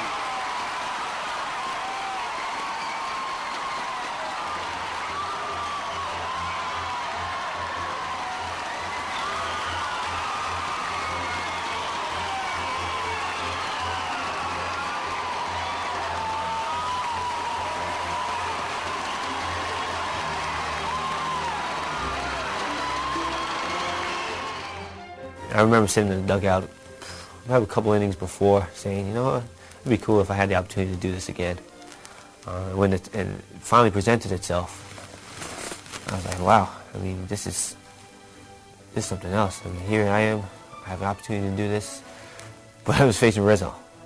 And that's a guy that I don't really care to face. He's a left-handed thrower, he's got a hard cutter. He's a really good pitcher, and I said, all right, this is not going to be easy. And once again, I just tried to put the bat on the ball and make something happen. I think I had less than 2 outs this time. And the infield was in, Brad Strauss was in, and I just hit a little chopper right over his head.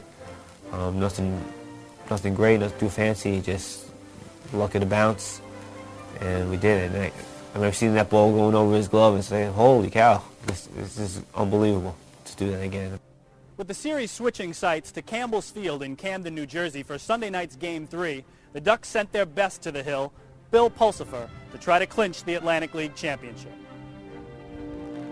Camden broke out on top early, plating 3 runs on 4 hits in the top of the first off Bill Pulsipher, and the score remained 3-0 into the 5th inning, with River Sharks ace Lincoln Mickelson tossing a no-hitter against Long Island through the first 4 innings. After Jason Johnson singled to break up the no-no, Rusty McNamara scalded a shot down the left field line that scored Doug Jennings for the first Long Island run. Matt Garrick followed that with a sac fly to left that plated Johnson, cutting the Camden lead to 3-2. In the 7th, Long Island took the lead for good as McNamara drove home Jennings for the tying run, and Kevin Baez was hit by a pitch with the bases loaded to give Long Island its first lead of the game. After Long Island went quietly in the top of the 8th, manager Don McCormick called once again on closer Bill Seamus. The appearance was the first for Seamus since his save against Nashua in the deciding game of the divisional playoffs, and McCormack, along with the hundreds of Flock faithful in attendance, was hoping for more of the same. Seamus didn't disappoint. After setting down the Sharks 1-2-3 in the 8th, he retired the first 2 batters he faced in the 9th inning before allowing a single to Chris Wakeland. He comes to the belt with his glove, and the 0-1 is popped in the air, right center field. Justin Davies going over with Jason Johnson. Jason Johnson makes the catch!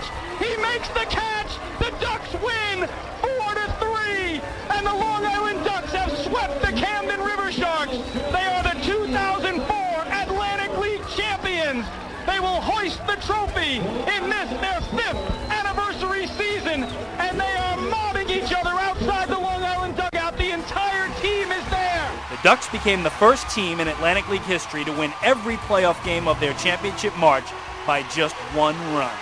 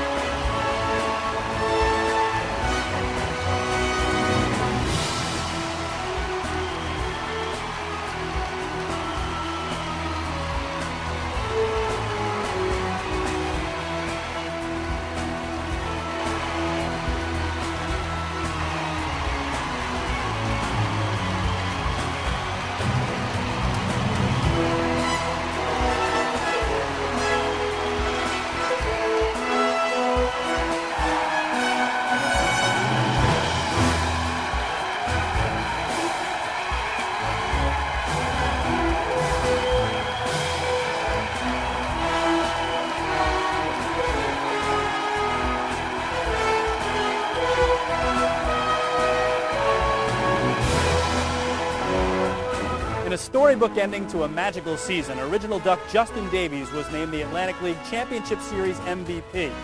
In the series, Davies had 2 walk-off game-winning hits, batted .385 with a triple, 4 runs scored, and 3 RBI. You're listening to the soundtrack of the Ducks Championship DVD, 2004 Long Island Ducks, A Season to Remember. The Long Island Ducks baseball game is currently being delayed due to inclement weather. We will update you on the status of the game as soon as possible. And thanks for listening to Long Island Ducks baseball exclusively here on LIDucks.com. We now return you to our trip down memory lane. The Ducks had completed their sweep of the Camden River Sharks, and they were now the champions of the Atlantic League. Following a wild post-game clubhouse celebration, owner Frank Bolton commandeered the championship hardware to ensure its safety. Well, I've had other trophies in other leagues. Like I said, I've won championships, and I know that it's probably a really good idea for the owner or the person in charge to take that trophy, because it could end up along the Dusty Trail in any one of the local establishments in the Philadelphia area. So I thought best that I take the trophy home, that it would get home, and it would be pretty much safe. If anyone's seen that trophy, it's got a few dings in it, and I'm sure maybe in past years that didn't go directly to the front office.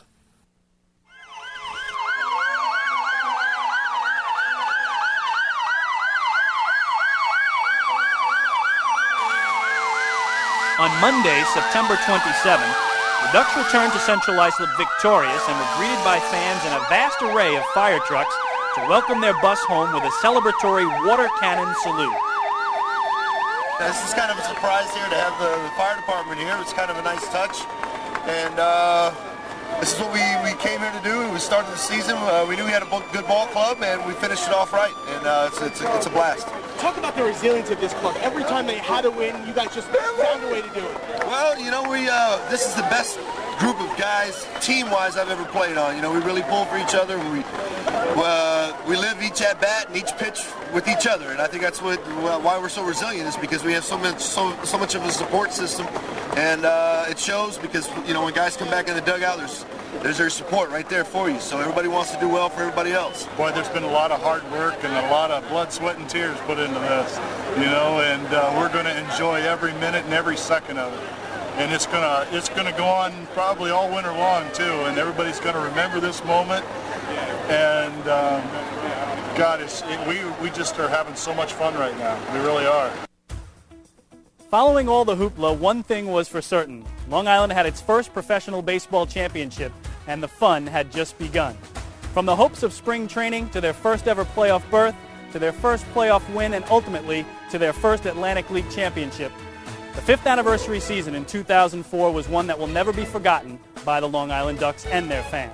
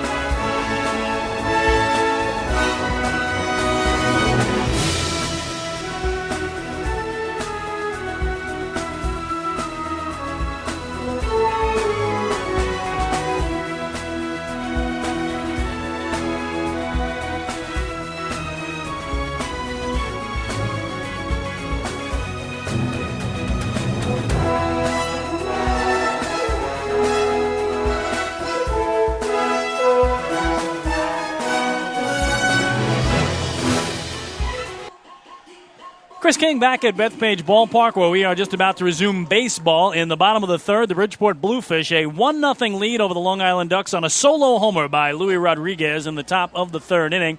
And it looks like it's going to clock in at just about a 42, 43-minute rain delay here as the heavens opened up. But the staff and the grounds crew of the Ducks did a terrific job in getting as much of that infield covered as they could and then cleaning up the area by first base that had some standing water. Kelvin Villa will go back to work for the Bridgeport Bluefish, who was their starting pitcher prior to the rain delay.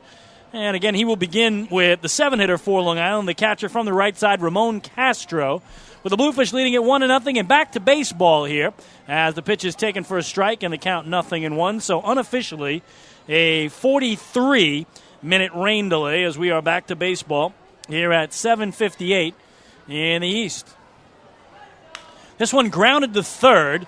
Taking it there for the Fish is Luis Lopez and throws across to Victor Diaz to get Castro for the first out. Now batting for the Ducks, the whistle. So unofficially 43 minutes on that rain delay. P.J. Phillips. As we started tonight at 6:40, played 35 minutes of baseball before the heavens opened up. And now back to action. So Kelvin Villa, if you're joining us late, the left-hander in his Bluefish debut, signed with the team on Saturday. 4th year in the Atlantic League, 4th different Atlantic League team. We'll go after P.J. Phillips here, the right-swinging second baseman in the 8-hole tonight for Kevin Baez. And Phillips takes up and in for ball one. P.J. batting .254, 2 home runs, and 9 runs batted in. 1-0 is in there for a strike, and it's 1-1. Villa has allowed 2 base runners, but has had them both erased, one on a double play, one on a caught stealing, so he is through the minimum batters here, 7 batters to get 7 outs as Phillips cuts through one, and it's a ball and 2 strikes. Villa working quickly against Phillips here, the lefty from the third base side of the rubber, and it's another swing and a miss. And third strikeout of the game for Villa. He's got 1 K in each frame of the contest. Ryan Kinnery. That'll bring up the only man yet to bat in the contest, the left-swinging center fielder for Long Island, Ryan Kinnery. And Kinnery hitting .238 is yet to homer, and he's driven in 4. Villa finding that groove, and boy, sometimes you get pitchers who can't bounce back after a rain delay, no matter how short it is. Villa looks even stronger than prior to the rain as he gets strike 1 here on Kinnery. 0-1 is a foul tip into the glove of Luis Rodriguez, going right after him, and quickly it's 0-2. 1-0 Bluefish, bottom of the third inning, and the opener of a 3-game series. 0-2 pitch is looped back foul to the netting behind home as the fans start to make their way back into the seating bowl here at Bethpage Ballpark. And again, the radar showed that was the end of the system. That system has slid east off the end of Long Island out by the Forks, and we should be free and clear of any rain the rest of the way. 0-2 a call, third strike. He got him looking, so 4th strikeout of the game, back-to-back Ks to end it for Kelvin Villa, who tosses his first 1-2-3 inning. 3 complete tonight at the Duck Pond. It's the Bluefish 1 and the Ducks 0. Hi, this is shortstop Dan Lyons. You can follow me on Twitter at @TheDannyLyons, and you're listening to Ducks Baseball on the Ducks official YouTube channel, youtube.com/DucksBaseball. Want to know what happy tastes like? Well, treat your taste buds to Carvel's new Iceberg and Carvelatte beverages. A Carvel Iceberg starts with your favorite soda, like Coke, Fanta Orange, and Barks Root Beer. Blend in ice and vanilla flavoring. It's then topped off with Carvel's famous soft serve ice cream. And try a new Carvelatte, a dynamite mixture of coffee and hazelnut or Irish cream flavor, blended with ice and topped off with whipped cream and crunchies. New Carvelattes and Iceberg drinks. That's what happy tastes like. Only at Carvel. Visit Carvel.com for the location nearest you. Hey, Duck fans, you want all the latest inside info on your defending Atlantic League champion Long Island Ducks? Then follow Ducks President and General Manager Michael Pfaff on Twitter at twitter.com/LIDucksGM. You'll find out first right here about player transactions, special stories, and so much more. You'll also be able to interact with Michael directly and get his take on all things Ducks baseball. Head to twitter.com/LIDucksGM today and make sure to follow along throughout the entire 2013 season. It's game time.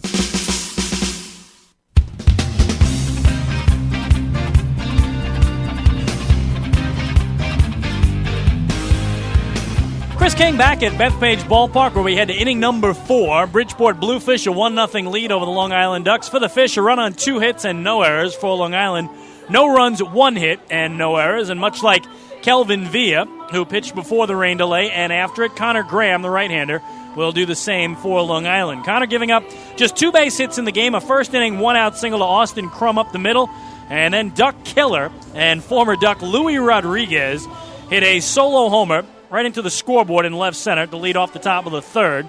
Just his second home run of the year for the Machete, and his only previous home run, you have to go back to May 11th, exactly a month ago tonight. He did that up at the ballpark at Harbor Yard in Bridgeport, Connecticut, in a game against Southern Maryland. So that's the only run of the game, and a good pitcher's duel thus far here to open this series. First time the Ferry Cup has had a game on Long Island, as the first 2 games were played up in Connecticut last week. There was a rainout. And by the way, that rainout will be made up here on Long Island. And that means that the Ducks Bluefish 4-game series, which is scheduled for later this month, will now be a 5-game series. In case you haven't heard, that Monday, June 24th game, scheduled to be a single game, will now be a doubleheader. So they'll play 2 on the 24th, and then single games 25th, 26th, and 27th to wrap up the first half of the Ferry Cup series between the Ducks and the Bluefish. So 1-0 Bridgeport as we head to the visitors' 4th, and righty Connor Graham to start with the designated hitter in 3-man from the left side, Alexis Gomez. Gomez went off the end of the bat the other way, flying out to left fielder Joash Brodeen back in the opening inning. So Connor Graham back after the rain delay, and his first pitch is a breaking ball up and away for ball 1 to Gomez. Gomez red hot coming in, a 3-game hitting streak, but hits in 13 of his last 14 games. 0 for 1 tonight as he sees the 1-0. And that swung through in on the hands. Nasty pitch from Connor Graham. And it's 1 ball and 1 strike.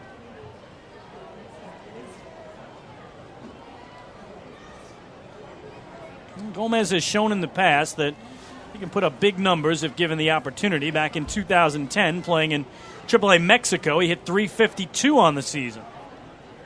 1-1 here, again swung through, so good stuff from Connor Graham, looking much like Kelvin Villa, perhaps stronger after that 43-minute rain delay than he was prior to it. It's a ball and 2 strikes.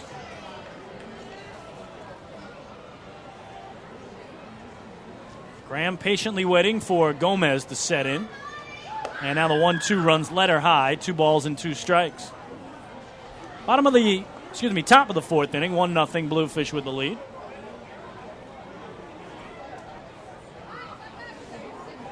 Alexis Gomez trying to get it off on a good foot here for Bridgeport. Down and in, misses Graham, and the count full. Talked about Connor Graham making his 5th start of the season in his 13th overall appearance. A year ago for the Ducks, a member of their championship team, but he never pitched in a starting capacity at all. 51 relief appearances in the regular season, 2 more in the playoffs. Payoff pitch to Gomez, and that's swing and a miss. Nasty slider in on the hands, and it's 4 strikeouts now for Connor Graham. In his season high, 6 strikeouts. Happened in his last outing, June 2nd at York, and also May 18th at Southern Maryland. So he is 2/3 of the way to that season high in strikeouts already. We're only in the 4th inning. And here's Prentice Redmond, who popped out to the shortstop Billy Hall in shallow left center field his first time through. First pitch from Graham is down and away for ball 1.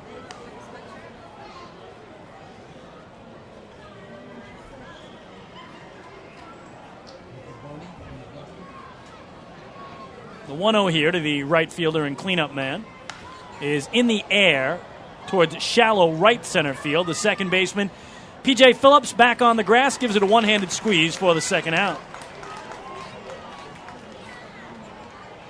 So Connor Graham trying to do what he did back in the second inning, retire this side in order.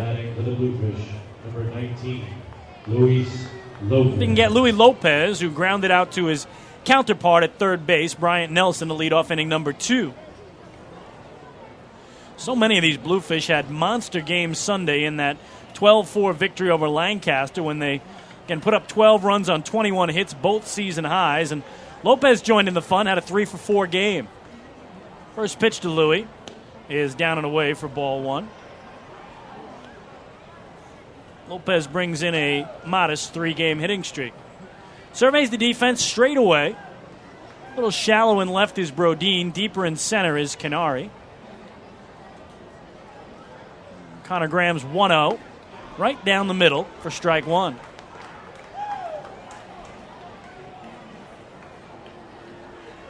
In right field, it's Adam Bailey.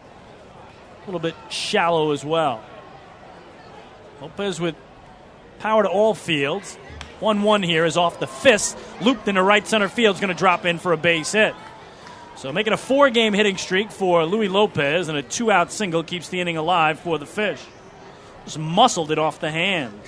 Now batting for the Bridgeport Bluefish, number 41, Victor Diaz. So to bring up Victor Diaz, grounded out to Ben Broussard at first back in the second inning, his only previous at-bat. We're talking about big game Sunday. Victor Diaz, 3 for 5, a homer, 3 runs batted in that pasting of the Barnstormers. First pitch to him is just wide for ball one. Boy, that had to feel good for Victor Diaz. Sunday was his 3rd game with the Bluefish. In the first 2, he was 0 for 7 with 4 strikeouts.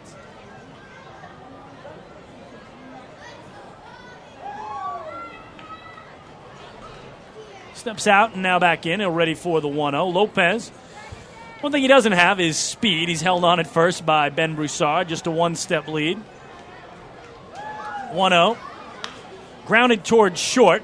Bill Hall to his left will flip to P.J. Phillips. The short way for the out, and that'll retire the side. For the Bluefish, no runs a hit and a man left. Middle of the 4th at Bethpage Ballpark. It remains the Bluefish 1 and the Ducks nothing. Hi, this is center fielder Danny Perales, and you're listening to Ducks Baseball on Ducks official YouTube channel, youtube.com/DucksBaseball.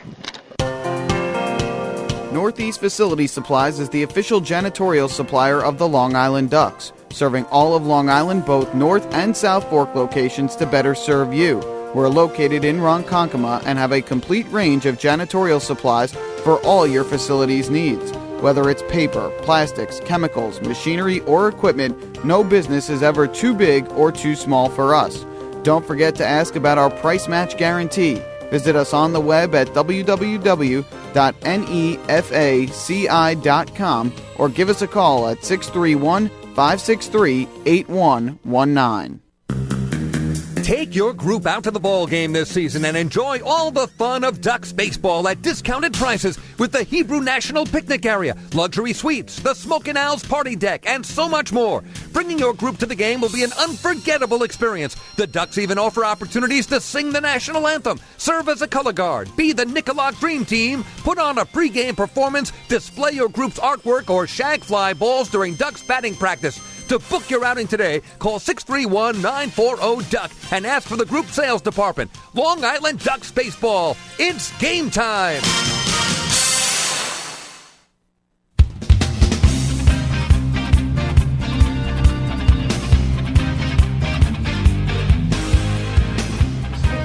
To the bottom of the 4th we go. Bridgeport Bluefish with a 1-0 lead over the Long Island Ducks, and lefty Kelvin Villa in his Bridgeport debut will go against the top of the order for Kevin Baez tonight. Danny Perales, Bryant Nelson, and Ben Broussard. Villa, again, just signing Saturday with the Bluefish. He was pitching down in Mexico prior to that at AAA Laguna.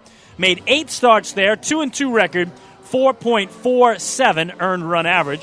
As we mentioned last year, pitched for the Sugarland Skeeters in their inaugural season. 28 games there, 11 as a starter, 17 as a reliever. 4-8 record, though, and a 5.45 earned run average. And did see the Ducks 3 times last year as a Skeeter, did Kelvin Villa, and did not fare well. Went 0-2 with a 6.14 earned run average. Perales hits the first pitch on the ground right to Victor Diaz, the first baseman. He will take it to the bag, and it's 1 pitch and 1 out. So Danny falls to 0 for 2. We'll bring up Bryant Nelson, the third baseman. And if you missed it, Bryant Nelson, the answer to our trivia question. We talked about Bill Hall. And Saturday night here, his first hit as a Duck was a grand slam. We asked you to name the only Duck in the lineup tonight, or on the roster, I believe is how I worded it, who had his first 2 hits as a Long Island Duck go for home runs, and that was Bryant Nelson back in 2007 at the Den in Newark. The Bears no longer in the Atlantic League, but in back-to-back at-bats He hit back-to-back 2-run homers. As here, he takes ball 1. Bryant singled to left back in the opening inning. The only hit for Long Island tonight. Takes up high here, and the count 2-0. So Nelson, whose first team in the Atlantic League was the Bridgeport Bluefish back in 2006, is ahead of Kelvin Villa, the left-hander here, 2-0. Nelly, with that first inning single, now has hits in 10 of his last 13 games. 2-0 is taken the other way, fair down the right field line. Just inside the bag, he will turn it first and head for second. Prentice Redmond comes up throwing the slide, and he's in there. Well, the only 2 hits tonight for the Ducks, both off the bat of Bryant Nelson, a first-inning single, and now a fourth-inning 2-bagger. Number 27, Ben Broussard. So just like that, tying run in scoring position for Long Island. Ducks trail at 1-0 in the bottom of the fourth. And Louis Rodriguez to go out and talk to Kelvin Villa before seeing Ben Broussard, who grounded into an inning-ending 4-6-3 double play back in the first.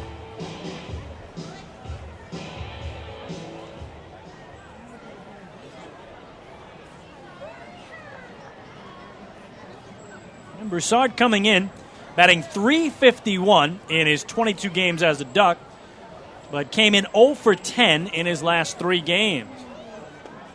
Takes one away here for ball 1. He had a monster game to start off the back-to-back doubleheaders. Saturday, the day game, went 3 for 3 with a homer and 2 doubles.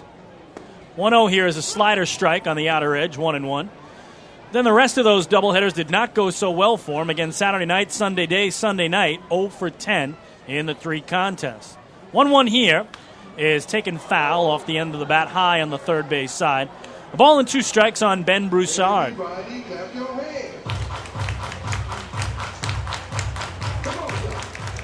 Big opportunity, though, for Broussard with a base hit here to tie the game. Bryant Nelson leading away from second base. 1-2 is taken the other way into left field for a base hit. Nelson will have to stop at third. It's bobbled by Austin Crum in left, but he gets it in quickly. And Ben Broussard with a 1-out single. Runners at the corners for the cleanup man, Bill Hall. Now batting for the Ducks, number 6, Bill Hall. Hall, a strikeout victim swinging his only time up. That was in the second inning. And again, Hall had that 6 RBI game Saturday night. Would love to get one home here. Even a deep fly ball would do it now with Bryant Nelson at third. Ben Broussard at first and 1 away for the shortstop and cleanup man tonight for Kevin Baez, Bill Hall. If you missed Kevin in our pregame interview, he talked about something that Josh Barfield spoke to him about just before Hall hit that grand slam. Said, I played previously with Bill Hall, and sometimes he starts out slow, but then he'll get red hot. He was 0 for 3 with 3 strikeouts in his first game as a Duck, and his first hit was the grand slam. He takes ball 1, and here launches one to left center field. That will split the outfielders and go all the way to the wall. In fact, that'll leave the yard. A 3-run homer for Bill Hall, his second of the season, and it is 3-1 Long Island. Oh, that one kept carrying and carrying out of the park. He will step on third, get the low 5 there from Kevin Baez, make his way to the plate, and just like that, it's 3-1 Long Island. I did not think that had enough to get out, but it just continued to go and go and go, and Bill Hall has done it again. Make it 3-1 Ducks. Now batting for the Ducks, number 22, Joash Brody. So how about that? The grand slam on Saturday night, and now a 3-run shot to put Long Island from 1 down to 2 up. 3-1 Ducks, bottom of the fourth. Long balls accounting for all 4 runs. Here's Joash Brodeen with a number foul on the first base side. Joash walked and then was caught stealing his first time through back in the second.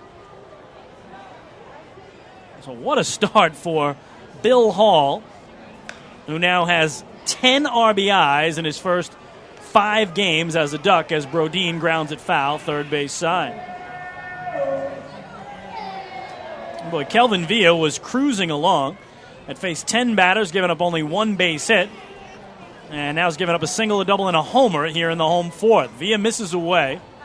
And the count 0-2, or check that, 1-2 now on Brodeen. I'm going to mention that, too. Kelvin Villa, in the past, has given up a bunch of long balls to the Ducks. He'll give up another one here tonight.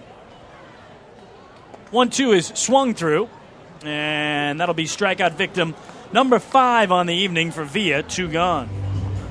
Go back to 2011, Kelvin Villa was pitching for the Road Warriors, another defunct team in the Atlantic League, and gave up 4 home runs that season to the Ducks. Ray Navarrete hit a pair of homers off him in a single game. J.R. House took him out, as did John Rodriguez. Here's Adam Bailey, fouled out to first. This time grounds it to first. Victor Diaz will take it to the bag himself. A little indecision there with his new pitcher, Kelvin Villa, but he got the job done, and that will retire the side. But not before Long Island posts 3 runs on 3 hits. Nobody left. The big blow, Bill Hall's second home run as a Duck. A 3-run shot to left center has Long Island on top, 3-1 after 4 innings tonight in CI. Hey, this is pitcher Eric Neeson, and you're listening to Ducks Baseball on the Ducks official YouTube channel, youtube.com/DucksBaseball. This one is clocked. Deep left field by Dan Lyons. Going back is left fielder Peter Barrows. He's looking up. That ball will not leave its wingman. I feel the need for speed. Talk to me, Goose. Talk to me. It's no good. Talk to me. Hey, Duck fans, what's more fun than a home run that helps the Ducks win a game? How about a homer that helps the community win? Chappie's Funeral Home and the Long Island Ducks have again teamed up for the Chappie's Home Run Challenge. If the Ducks hit 100 homers this season, Chappie's Funeral Home will donate $5,000 to the Quacker Jack Foundation. Every time a Ducks hitter goes deep, watch for the Chappie's Challenge home run count on the scoreboard. And if we reach 100, we're all the winner. Chappie's Funeral Home, where caring for others is a family tradition. Beautify your patio, walkway, driveway, or pool surround with Nicoloc paving stones and walls. Nicoloc's specially formulated paver shield offers extra surface wear protection and color enhancement throughout the thickness of the paver. Paver shield guarantees that your pavers will look great for years to come. Bring home the elegance with Nicoloc. Visit the Nicoloc Design Center, Sunrise Highway, Lindenhurst, or Nicoloc.com. Let Nicoloc pavers pave your way.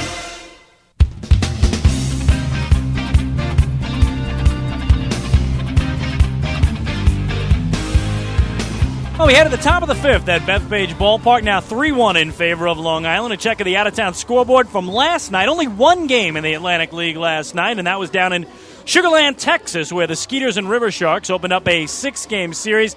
Camden with a 5-2 win, and Sugar Land, by virtue of the loss, fell out of a tie of first place atop the Freedom Division. An amazing battle between the Somerset Patriots and Sugar Land Skeeters atop the Freedom Division. Patriots now in first place, a half game ahead of Sugar Land because of their loss last night to the Camden River Sharks. Delwyn Young had the big game for Camden. He went 3 for 5, drove in a pair. In fact, he had the only multi-hit game of any player on either team. For Sugar Land in the loss, former Duck Reed Gurecki hit his first home run as a Skeeter, playing in just his 4th game for Sugar Land. But the game was tied 2-2 after 6 innings. Camden with 2 in the 7th, 1 in the 8th to win it 5-2. As Josh Walter got the win for Camden. He's 3-5. 7 innings of 5-hit, 2-run ball. Former Duck Adrian Martin picked up his 8th save of the season, and Clint Everts was the loser in relief for Sugar Land. Again, the final last night down in Texas, the River Sharks 5 and the Skeeters 2. Next inning, we'll update you on tonight's action around the Atlantic League and the majors as well. Well, the Ducks with a lead for the first time in the game. 3-1 Long Island, top of the 5th. And here is James Simmons to start it off for the Bluefish against righty Connor Graham, who gets strike one on the outside corner. Again, Simmons played for the Bluefish a year ago and was playing down in Mexico this season before returning to the Bluefish. And boy, has he struggled since coming back. The 0-1 is way low and outside. He has had 13 at-bats in his 4 games back with the Bluefish, and he has struck out in 10 of those 13 at-bats. So he's 3 for 13, but the 10 times he's made out, every one of them by strikeout. So it's either a hit or a strikeout, no in between for James Simmons thus far. 1-1 here is foul back over the netting and off the facade of the upper deck and back down below. I know Willie Upshaw was thrilled to get him back for his defense mainly. And again, good numbers as well for the Fish. He put up decent numbers down in Mexico, hit .267 but 14 homers in just 55 games. So Simmons down in the count, 1-2. Graham's pitch, swing and a miss. He struck him out. So Connor Graham has his 5th strikeout of the game, and James Simmons has now fanned 11 times in 14 at-bats on the season. First 3 games back with the Bluefish, 3 strikeouts, 3 strikeouts, 3 strikeouts. So, again, he's had hat tricks in all 3 games, and he's 2/3 of the way there tonight with 2 Ks. Here's Luis Rodriguez, though, who homered to left center his first time up. Second long ball of the year, the only run of the game tonight for the Fish, and Connor Graham starts him out with a belt-high strike. It's 0-1. And talk about those numbers on the machete a year ago. He only hit 10 home runs all of last year, 4 of them against Long Island pitching. 0-1 is off the end of the bat towards first. Broussard to his right, flags it down, flips to Connor covering. Beautifully done by Ben Broussard, and that's out number 2. Very nicely played by the first baseman, and a good cover by Graham. The good thing with Rodriguez running, Louis doesn't have the speed he used to when he was often a pinch runner for Don McCormack back in the championship season, the Ducks manager, employing him in late game situations in the regular season and the playoffs, and Luis Rodriguez that year scored some of the biggest runs in franchise history.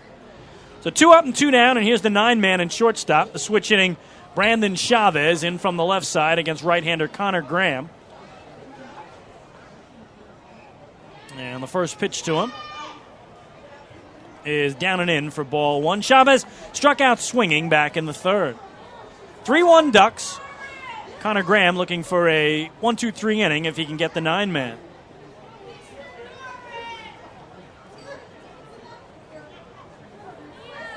One-0 pitch on the way. Backdoor breaking ball for a strike, and that'll even it up. 1-1. Chavez came in 0 for 8 in his last 3 games. Was hot prior to that, had a 4-game hitting streak. 1-1. Again, backdoor hook, but just a little wide for ball 2. Brandon Chavez, the native, up to 297. 0 for 2 tonight, though. We'll drop him back down. Runner goes. The 0-1 slashed foul behind home as Chavez was off on the pitch. And it's 0-2.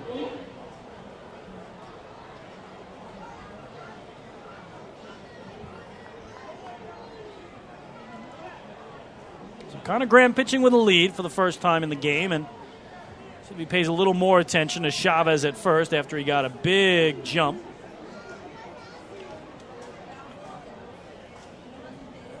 As now everybody resets. 3-1 Ducks, top of the 5th, opener of the 3-game series.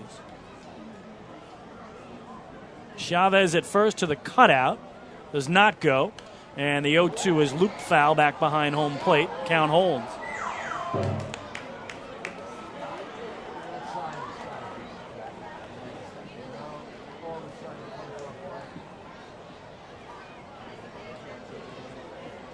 Well, the Ducks and the Bluefish have dealt with a lot of injuries this season, and recently the Bluefish, a couple departures from their pitching staff. Pitcher leaving for Taiwan, another one signed away by a major league organization. So Kevin Baez with 4 Ducks on the shelf. Willie Upshaw dealing with departures from his pitching staff.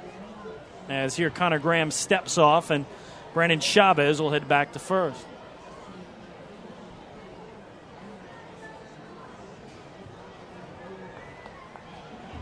Graham's still way over on that first base corner of the rubber as he peers home to Ramon Castro. Here's Connor's pitch. And that's some breaking stuff down and away, but Mayor wouldn't bite, and that's ball 1.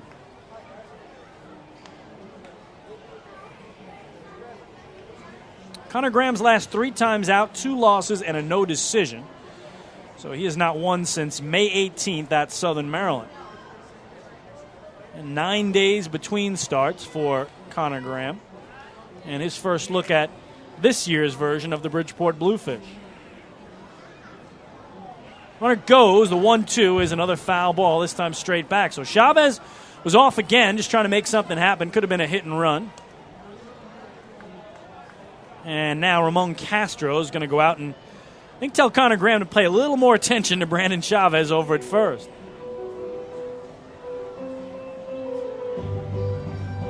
No major league experience for Connor Graham. Spent 4 years in affiliated ball, single and double A in the Rockies and Indians organization. Guy his teammates call the Yeti. Yeti. Abominable snowman is what big Connor Graham can look like at times at 6'7", 235 pounds. The Yeti. And he'll come home with a 1-2. Ooh, up and in. Did it hit him on the arm? It did. So a walk and a hit batsman back-to-back here with 2 outs in the inning. And just like that, the tying run's aboard. The go-ahead run at the plate in Austin Crum. Number 15, Austin Crum. So Brandon Chavez to second. Daniel Mayora gets to first the hard way. And here is Crum, who has singled up the middle and looked at strike 3. He's 1 for 2. But again, they're leading hitter average-wise on the year at .322. In fact, one of the top hitters in the Atlantic League. Austin Crum, 58 hits on the year. Third in the ATL coming in tonight. So big moment as Connor Graham in the bottom of the 4th was handed a 2-run lead, trying to protect it here and get it to the last of the 5th. First pitch to Crum is down and in for ball 1. We talked about how Crum is taken to the Ducks. He had a 3-for-3 game Tuesday up in Bridgeport against Long Island. And you put in his 1 for 2 tonight. He is now 5 for 8 in the season series. Check of second, the 1-0. Swung through, 1 ball and 1 strike.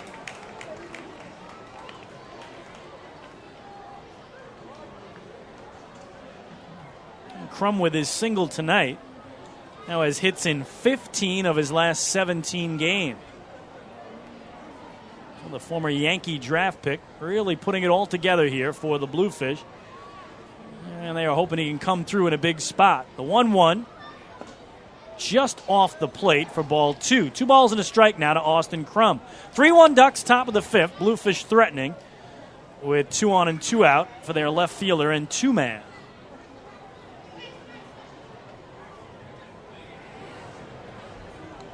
Crum surveys the defense. Shaded slightly from the pull around towards right. 2-1. Is bounced towards second. P.J. Phillips will toss the first, and that will retire the side. So for the Fish, no runs, no hits, a walk, a hit batsman, and 2 men left. We're halfway home on Long Island, middle of the 5th inning. It's the Long Island Ducks 3 and the Bridgeport Bluefish 1. Hi, this is Ray Navarrete, and you're listening to Ducks Baseball on the Ducks official YouTube channel, youtube.com/DucksBaseball. Mr. Savemore, it's happening again. I know our electric costs went down after all that new lighting you did through LIPA's lighting retrofit program. But this month's bill is even lower. Should I contact LIPA this time? No, Millie. There's still nothing wrong with our LIPA bill. This time I took advantage of LIPA's AC retrofit program. Our central air system was, let's say, not too efficient anymore. You remember last summer. With LIPA's AC retrofit program, I replaced all our units, here in our offices, in our warehouse, and our showroom. With LIPA's increased rebates and lower cooling costs every summer, our new AC systems will pay for themselves in just a few years. Oh, Mr. Savemore, you did it again! You saved more! LIPA's commercial AC retrofit program can reduce your cooling costs by up to 30%. Over time, that can mean thousands. Call 1-800-692-2626 or visit lipower.org/retrofit. LIPA, we're working for you.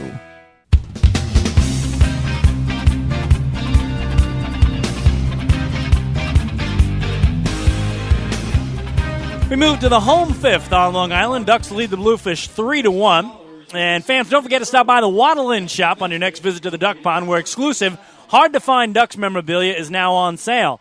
All proceeds benefit the Quacker Jack Foundation, the charitable arm of the Long Island Ducks. Also forgot to mention to you that home run by Bill Hall His second as a Duck was the Ducks' 45th home run of the season. If the Ducks hit 100 home runs this year, they met the Chappie's Home Run Challenge, and Chappie's Funeral Homes will donate $5,000 to the Cracker Jack Foundation. Here's a guy that's got 3 of those 45 home runs for Long Island. Their 7-hitter, Ramon Castro.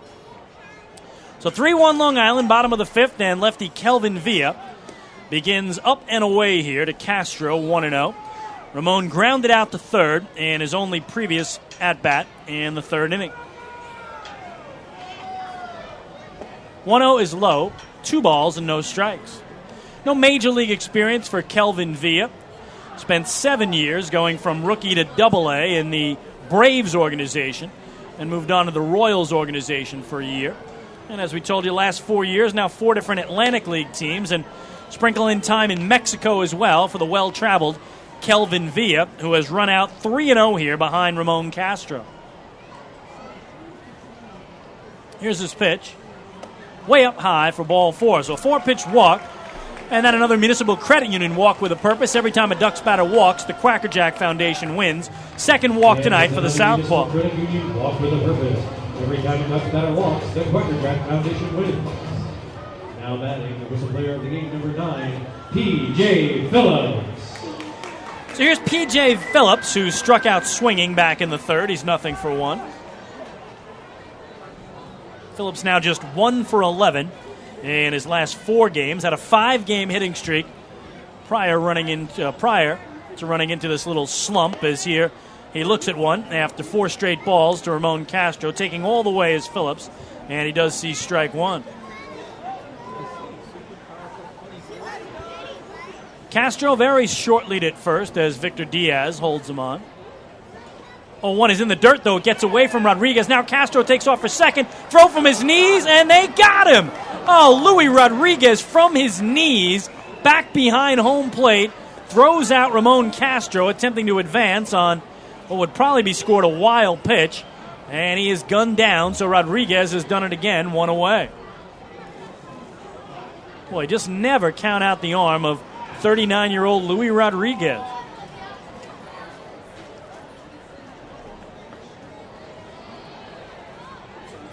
So ball and a strike now to P.J. Phillips as it goes from 1 on, nobody out to nobody on and 1 away. Checked his swing at a low offering for ball 2.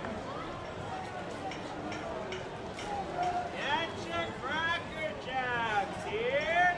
Cracker Jacks. 2-1 pitch to Phillips. Off the hands and down the left field line. That is a fair ball. Austin Crum over to get it. Phillips turns first, stumbles a bit. Crum falls as well. Here's the throw, head first slide, and he is in there.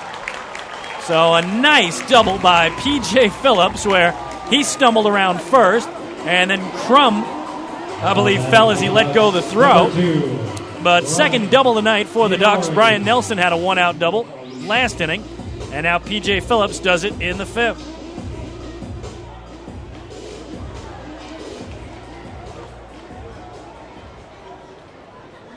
So to bring up the 9-hitter, Ryan Canary. Struck out looking back in the 3rd, 0 for 1.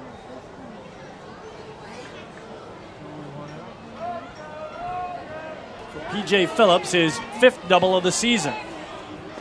Canary sees one low for ball 1. 3-1 Ducks, bottom of the 5th.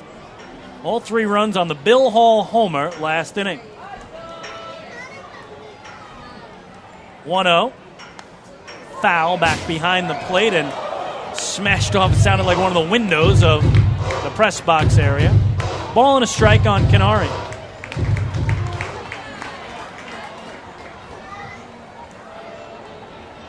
Canary comes in hot. Hits in 8 of his last 12 games. Get a 1-1. And he fouled it off the gear of catcher Luis Rodriguez, shaking his head from side to side, but he appears to be okay.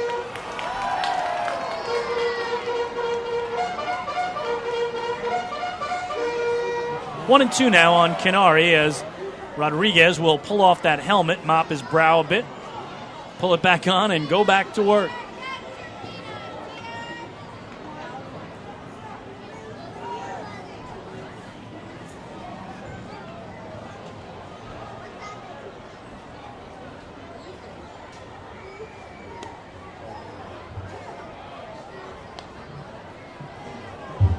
And they get him swinging for the strikeout. 26, Danny Nice pitch by Villa. 6th strikeout of the game, 2 gone.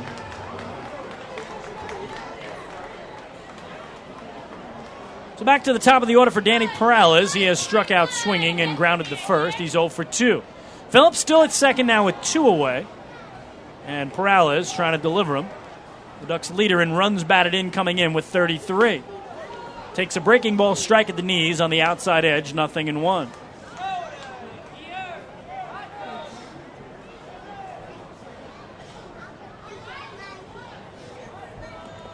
Down and away, ball kicks away from Rodriguez. Phillips going for third, and this time he's in there.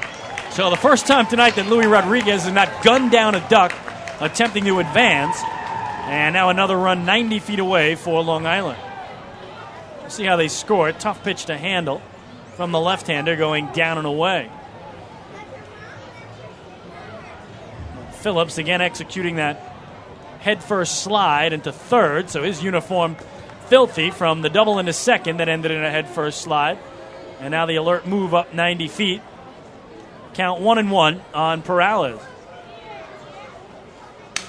Breaks his bat, loops it into right field. It'll drop in for a base hit. P.J. Phillips will score.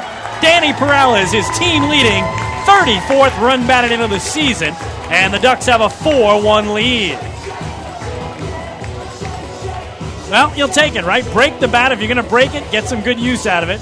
And that's what Perales did there. His first hit of tonight has made it a 3-run lead for Long Island. Now batting for the Ducks, number 21, Brian Nelson.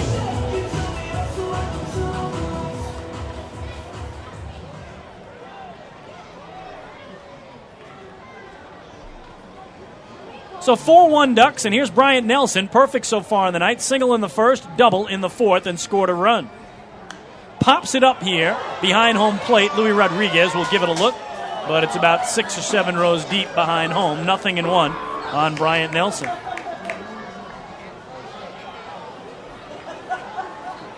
Kind of funny is I look at this combination at home plate here. It's Luis Rodriguez behind the dish, Bryant Nelson at the plate with a single and a double, trying for the natural cycle if he can get a 3-bagger, but Rodriguez is the only Duck in team history to hit for the cycle.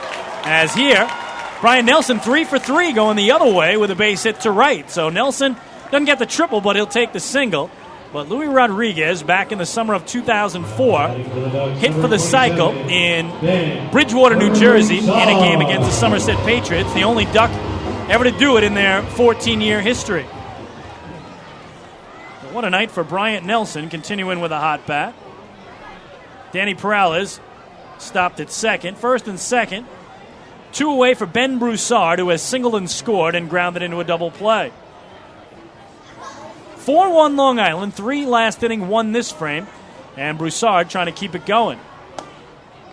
Takes a strike at the belt, inner half, 0-1. Kelvin Villa, unofficially at 63 pitches in his Bluefish debut. But again, had been pitching down in AAA Mexico as a starter. So not like a guy coming off the shelf to give you a couple innings. As here he gets another strike on Broussard, and he's quickly in front, 0-2. Ducks had only 1 hit in the first 3 innings of this game. They've now had 6 hits in the last 2 innings. 3 hits last inning, 3 hits this inning. Breaking ball sweeps low and away for ball 1 to Broussard. Lefty-lefty matchup here with 2 on and 2 out. Here's the pitch. Swing and a miss. He struck him out. So Villa's 7th K of the night ends the inning, but not before the Ducks had a run on 3 hits and they leave a pair. 5 complete on Long Island. It's the Ducks 4 and the Bluefish 1. Hi, this is pitcher Ian Snell, and you're listening to Ducks Baseball on Ducks official YouTube channel, youtube.com/DucksBaseball. Hi, I'm former Major Leaguer John Franco. Growing up in Brooklyn, I dreamed of playing professional baseball. My dad, a city employee, worked hard so I can live out that dream. The team at MCU is a lot like my dad. They're New Yorkers you can count on, and they'll work hard to help you reach your financial goals. Municipal Credit Union has a full range of financial services that make sense in today's economy. Join today. Call 1-866-JOIN-MCU or visit nymcu.org. MCU, strong, trusted, growing. Hey, Hey, Ducks fans, the official hotel of the Long Island Ducks is the Holiday Inn Islip MacArthur Airport in Ronkonkoma. Uncover the perfect balance of memorable, award-winning service and the most central location Long Island has to offer. The Holiday Inn is located less than a quarter mile from the Islip MacArthur Airport with a state-of-the-art health and fitness center, high-speed internet access, a world-class outdoor pool, and the great food and fun inside the Brickyard Bar and Grill. There's never been a better time to visit the Holiday Inn Islip Airport. Best of all, it's only minutes away from Bethpage Ballpark. The Holiday Inn, the official hotel of the Long Island Ducks. Call 585-9500 today. That's 631-585-9500.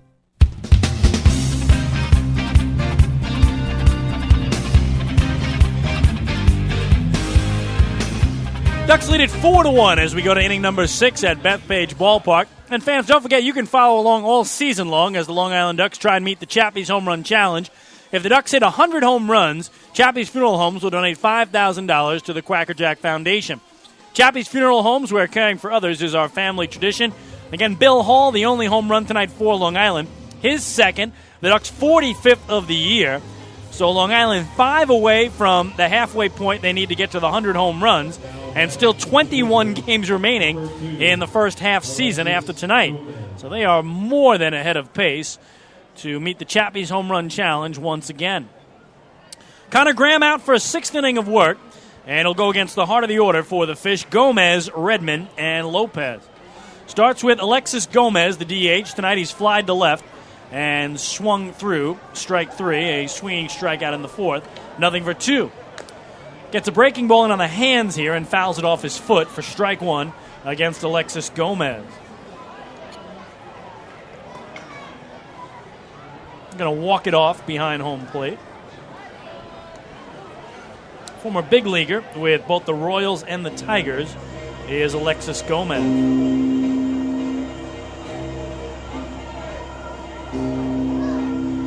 Connor Graham and Ramon Castro chat about it. See Connor asking Gomez if he was okay, and he said, "I'm good now."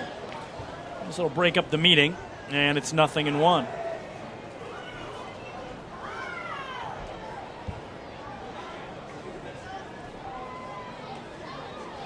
Connor's 0-1. Curveball backdoored him for strike 2.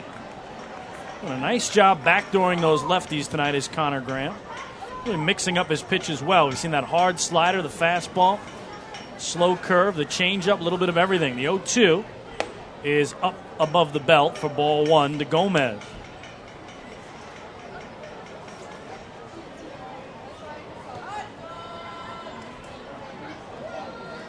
Ball and 2 strikes now to their DH and 3-man. And this one in there, a called third strike. He got him looking. 6th strikeout of the game for Connor Graham to tie his season high. And there's one away. Section 206. Now batting for the Bluefish, number 27, Prentice Redmond.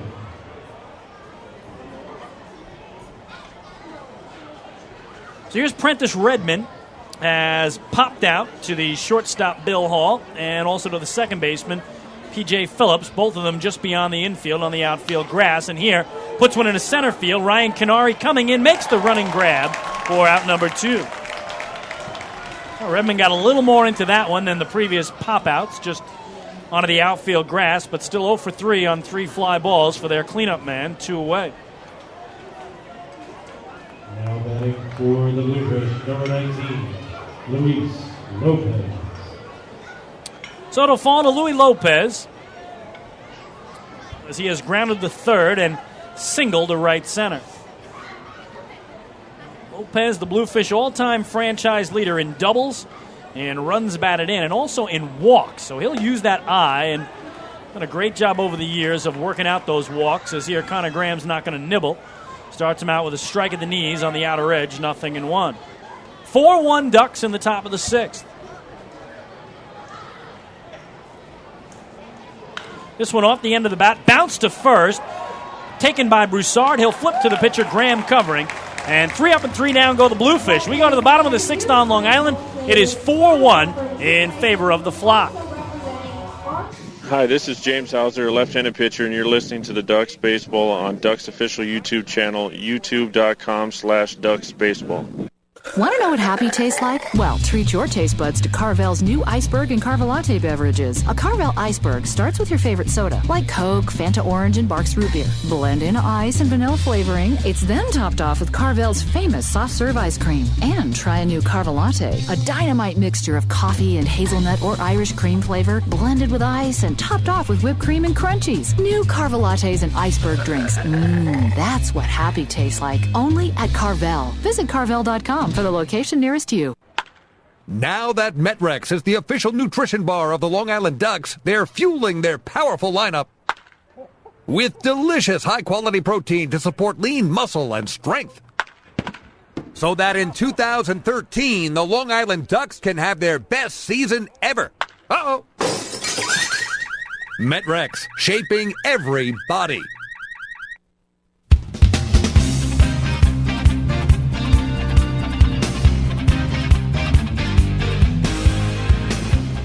Ducks with a 4-1 lead as we go to the home sixth, and tonight is Game 5 of a 7-game homestand for the Ducks. It continues tomorrow night at 6:35 against the Bluefish. Lucky Seat giveaway night presented by Plessers. And then the big homestand wraps up Wednesday night again against the Bluefish. Health night with commemorative T-shirts presented by North Shore LIJ Southside Hospital. Going out to the first 1,500 fans. Get your tickets at the Bethpage Ballpark box office, online at liducks.com, or over the phone, 631-940-TIXX. Here is Bill Hall, lead it off for Long Island, and he hit a 3-run homer to left center his last time up against lefty Kelvin Villa, out for a 6th inning of work.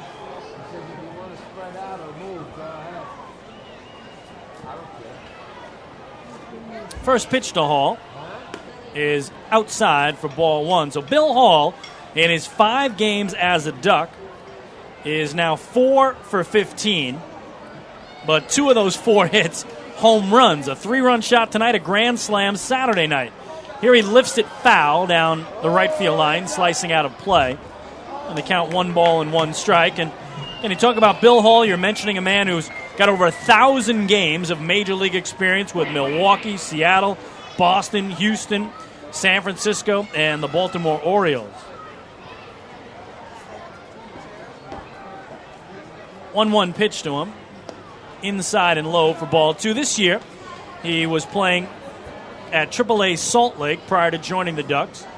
And again, making his debut Saturday in that day-night doubleheader. As now he'll get a 2-1. And that outside, 3 balls and a strike.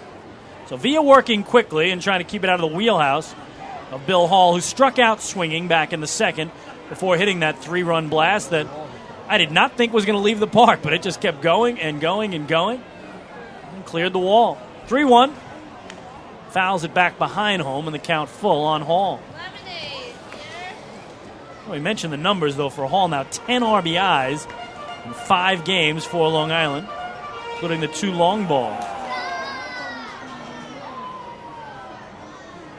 Welcome addition to the lineup for Kevin Baez when he can put up numbers like that. Joash Brodeen waiting on deck. 4-1 Ducks in the 6th. Payoff pitch is up high.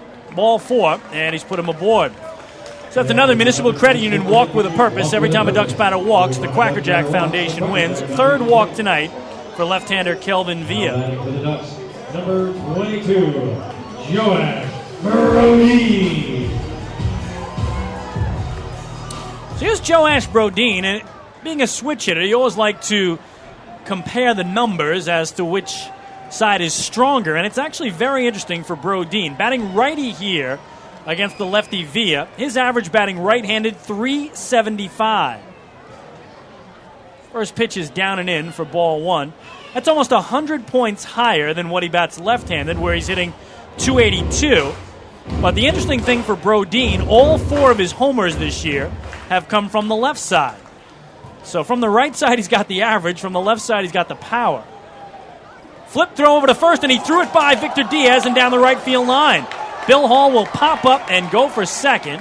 And so the throwing error on the pitcher Kelvin Villa will put Hall down at second base.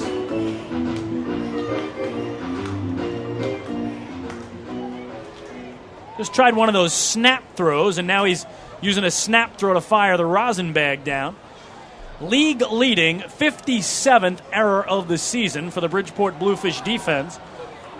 And it's another runner in scoring position for Long Island for Joash Brodeen. Puts it in the air to left field, just over the glove of the third baseman, Louis Lopez. Holding up at third is Bill Hall. Joash Brodeen has his first hit of the game. And the Ducks set up beautifully here. Runners at the corners and nobody out for Long Island. Now batting for the Ducks, number 13, Adam Bailey. And here comes Willie Upshaw, the manager of the Bridgeport Bluefish. That might be it for Kelvin Villa, unofficially at 77 pitches. Or check that. Let me get the update on Villa. 75 pitches unofficially. And let's see what Willie wants to do. Is he going to take the baseball from him in his Bluefish debut or allow him to continue? He's given up 4 runs on 8 hits so far, but a walk, a single, and an error here in the home 6th. And Upshaw taking his time here. Getting met by the home plate umpire, Matt Hensel. And trying to get the read on his new left-hander, whether thinks he has anything left. With a lefty in Adam Bailey due next. Maybe he gives him at least one batter before the back-to-back righties due up in Castro and Phillips for Long Island.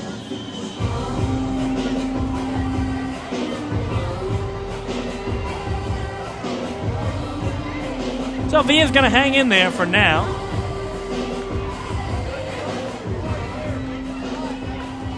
And last year, Villa 0-2 against the Ducks with a 6.14 ERA, pitching for the Skeeters. We told you about those 4 home runs he gave up to Long Island back in 2011, the member of the Road Warriors. So here we go, first and third, nobody out. Adam Bailey 0 for 2 at the plate. Takes up and in, moving away from it for ball 1. Bailey has fouled out to the first baseman Diaz and grounded out to him as well. Bailey has hit the skids of late, can break out here if he could get a base hit and drive in a run. He takes a strike, it's 1-1. Adam just 2 for 15 now in his last 5 games. Prior to that, he had a 16-game hitting streak. It's tied for second longest this year in the Atlantic League. Bailey going to step out with a count 1-1. Adam is second on the team with 22 runs batted in. Second in homers as well with 7. Fouls this one straight back to the screen. It's a ball and 2 strikes. Bill Hall at third. Joash Brodeen at first. With nobody out for Long Island. After the Ducks didn't score in the first 3 innings, they put up 3 in the 4th, 1 in the 5th. Trying to hang some more numbers here in the 6th. 1-2 is poked into left field. Austin Crum will back up, make the catch. Bill Hall's going to tag and score from third. It's a sac fly for Adam Bailey, and now a 5-1 Long Island lead. For Bailey, his 23rd run batted in of the season.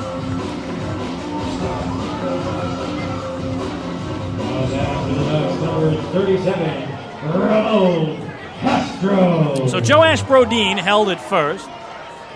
And now here is Ramon Castro, who has grounded out the third, drawn a walk, and been caught stealing.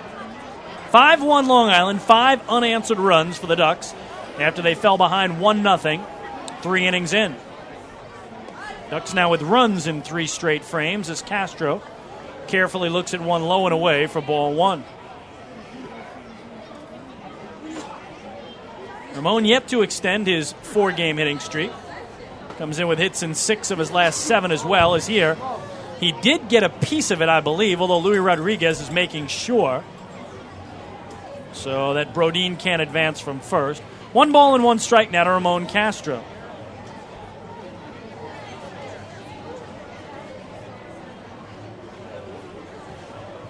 Ducks with 5 runs on 8 hits. Bluefish a run on just 3 base hits tonight against Connor Graham. And Kelvin Villa, their starting pitcher, has committed the game's only error.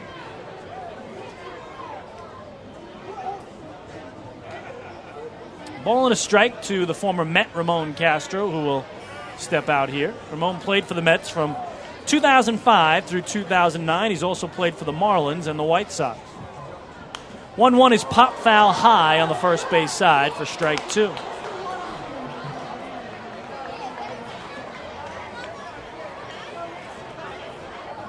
And Ducks coming in have won 4 of their last 5 and are 5-2 in their last 7 games. Probably their best run of the season since they won 5 in a row from May 18th through the 22nd. This one in a center field. James Simmons will come in, and he will short hop it. So that's going to be a base hit for Castro, who extends his hitting streak to 5 games, and the hits keep coming for Long Island. First and second, 1 away for P.J. Phillips. So Ramon Castro joins the hit parade. Now batting for the Ducks, number 9, the whistle player of the game, P.J. Phillips. So here's P.J., who's doubled and scored and struck out swinging. He's 1 for 2.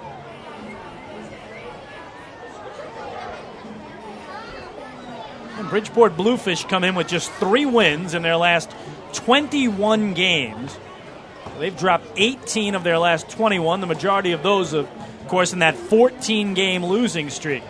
Down in the dirt, misses Villa for ball 1.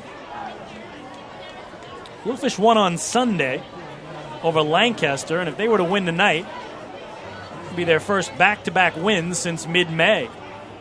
1-0 is skied behind home plate.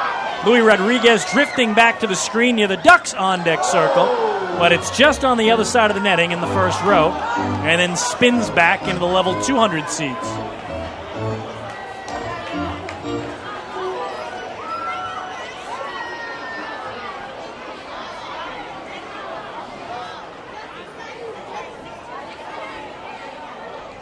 So the count, a ball and a strike on P.J. Phillips.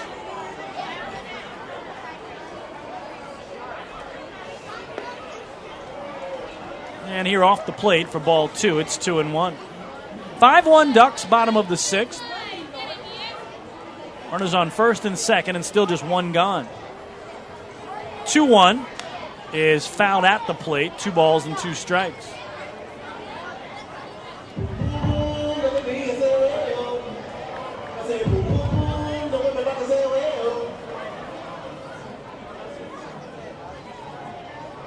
About that big series for the Ducks this past weekend with Southern Maryland.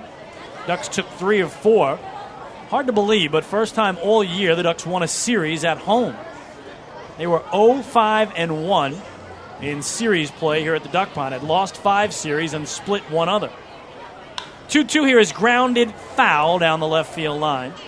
And the count holds on Phillips. Their only series wins prior to this weekend both came on the road in Southern Maryland and in Camden.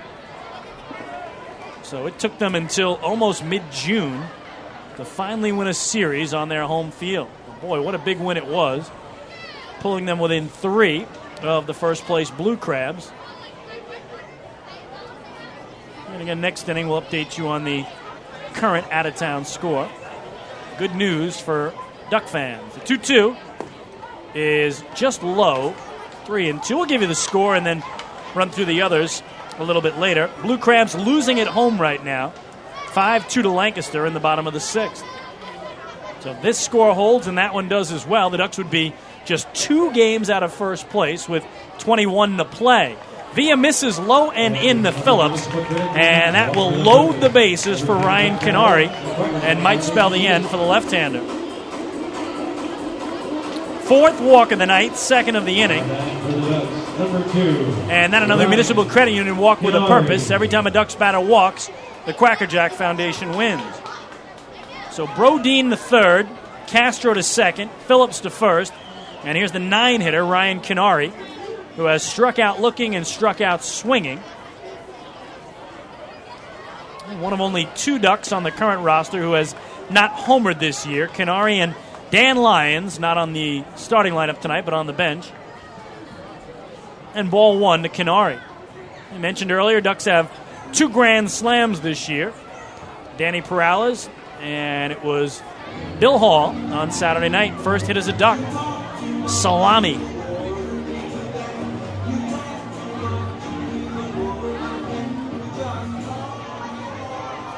Daniel Maiora comes in to say something quickly to Kelvin Villa, who's trying to work out of this big jam. 3 Ducks on the pond, 1 away, 5-1 Long Island in the home 6th. 1-0 is up high for ball 2 with no place to put him.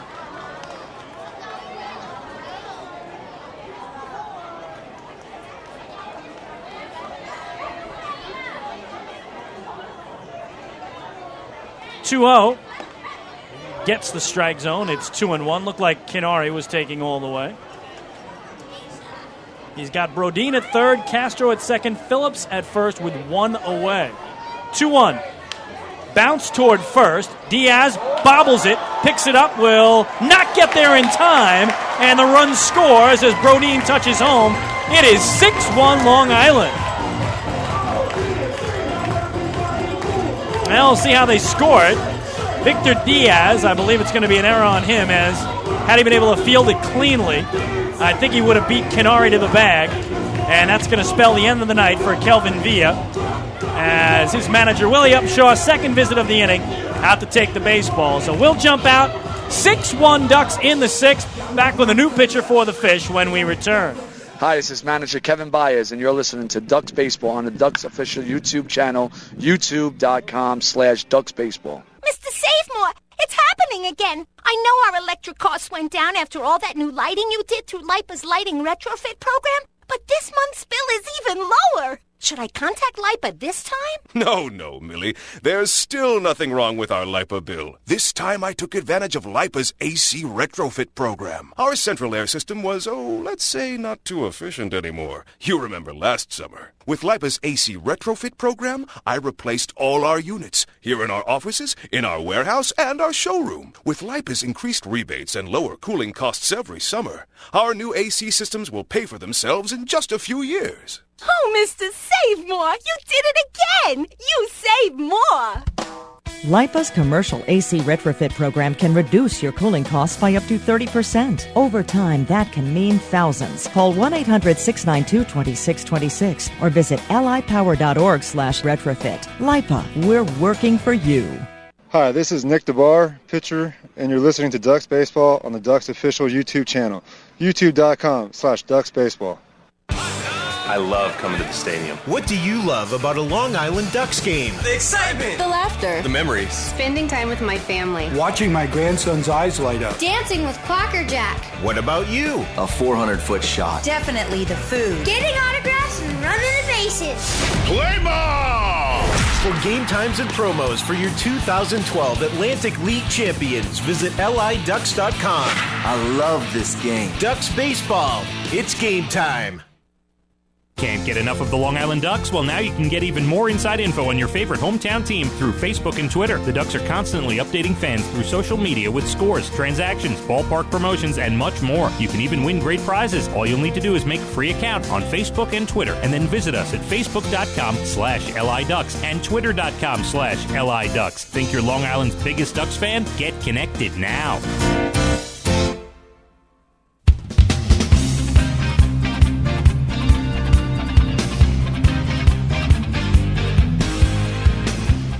Ducks pouring it on here. They lead it 6-1 in the last of the 6th, and Kelvin Villa, in his Bluefish debut, has been lifted from the game by Willie Upshaw. He'll be replaced by the right-hander Matt Somo. So Matt Somo in and going through his warm-ups for the Bluefish. 24-year-old, and pretty good story for a team that plays in Bridgeport, Connecticut. He is a Connecticut native from Clinton, Connecticut. Last played at Joliet, also independent ball for the 24-year-old right-hander who stands 6'3", 230 pounds, Matt Somo, the first reliever in for the Bluefish to make his 12th appearance of the season, all in relief. Good numbers for Somo as well. 1-0 with a 2.87 ERA, 15 2/3 innings pitched. He's allowed 11 hits. He's walked 6, struck out 18. So he's got a 3-to-1 strikeout-to-walk ratio, and the opposition batting a paltry 193 against Matt Somo. But he inherits a bases-loaded, one-out situation, and Long Island trying to add to a 6-1 lead with Danny Perales, the top of the order, at the plate for Long Island. First pitch swinging, and he puts it in the air to right field. Redmond going back toward the track will reach up and make the grab, and then touches the wall to slow him down. Castro will tag and score. It's a sac fly for Danny Perales, his second run batted into the game, and it's 7-1 Long Island. But Perales, who has a grand slam earlier this season, narrowly missing another. Well, he was waiting on a first pitch fastball, and I think he got it. And so Perales went after it. Castro scored from third. P.J. Phillips went to third. Ryan Canary stayed at first. So first and third, 2 away. And here's Bryant Nelson turning around to bat left-handed for the first time tonight. He is 3 for 3 batting righty tonight with a pair of singles, a double, and a run scored. 7-1 Ducks, 7 unanswered runs. Somo's pitch is in there for a strike. And the interesting thing about Nelson, all 6 of his home runs this year have come batting left-handed. So now he's happy to see a righty, at least from a power perspective. Let's see if he can keep his perfect night alive. 7-1 Ducks, 7 runs on 10 hits. 0-1 to Nelly with a runner going. Gets through catcher Louis Rodriguez. Coming home from third to score is Phillips. Going from first to third is Canary. 8-1 Ducks.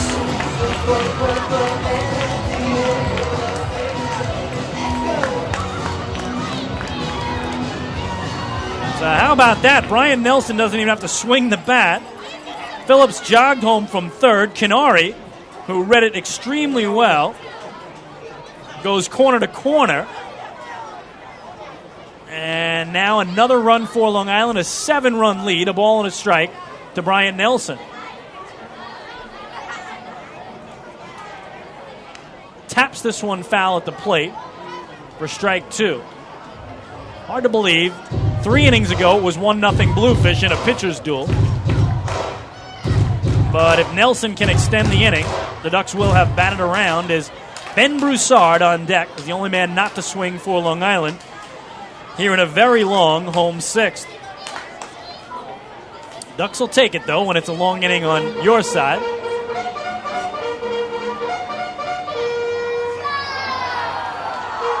Ducks with 3 in the 4th, 1 in the 5th, and now a 4-run 6th inning.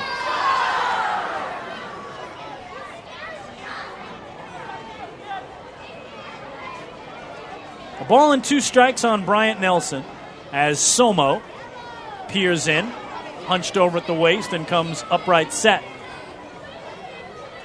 Here's the pitch, and that lashed foul off the end of the bat, slicing away down the left field line out of play.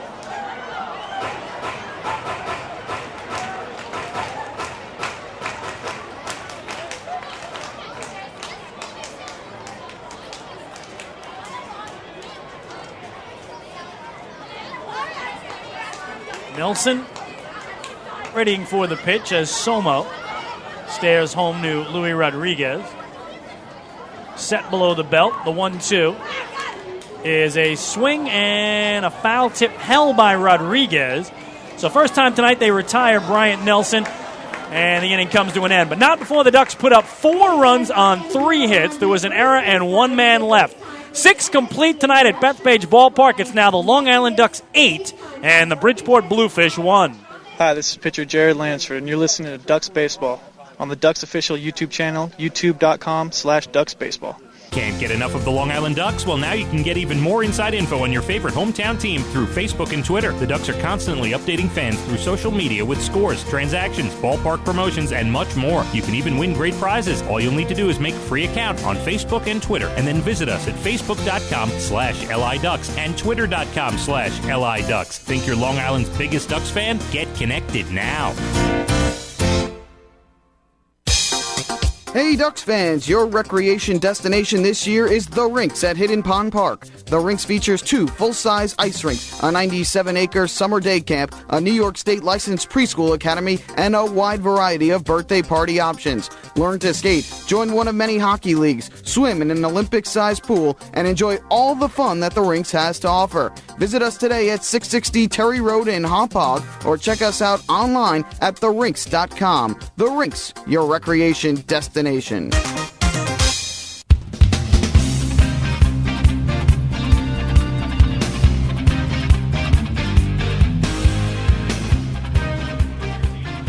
innings complete tonight at Bethpage Ballpark. It is the Long Island Ducks 8 and the Bridgeport Bluefish 1. For the Ducks, 8 runs, 10 hits, no errors. For the Fish, 1 run, 3 hits, and 1 error. So again, Bluefish with their only run in the 3rd inning. The Ducks with 3 in the 4th, 1 in the 5th, 4 in the 6th, 8 unanswered, and they lead it by 7. And Connor Graham, after a long time spent in the home dugout, back out there for his 7th inning of work. He has retired the last 4 straight batters and has given up just 1 hit in his last 3 innings of work. Only 3 hits total tonight for the big right-hander. Well, hey, Duck fans, do you want frequent updates on team transactions, scores, store specials, and the status of upcoming games? Then follow the Long Island Ducks on Twitter at twitter.com/LIDucks. Now, with Twitter, the faithful flock will also be able to follow their Ducks and find out more information regarding nightly promotions, player signings, league activities, and much, much more. The Ducks are tweeting right now, and you can follow along at twitter.com/LIDucks. So Connor Graham against Victor Diaz, the 6-hitter and first baseman, from the right side for the Bluefish to lead off the visitors' 7th. Diaz has grounded out to first and bounced into a force play.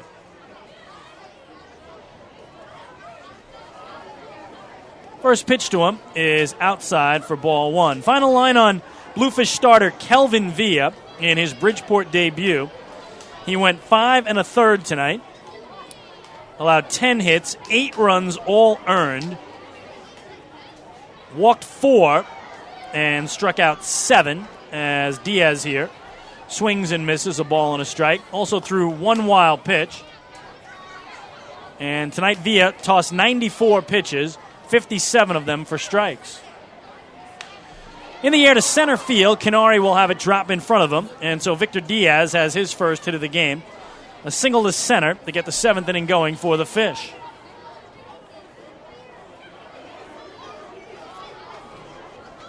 Now batting for the Bluefish, number 16, James Simmons.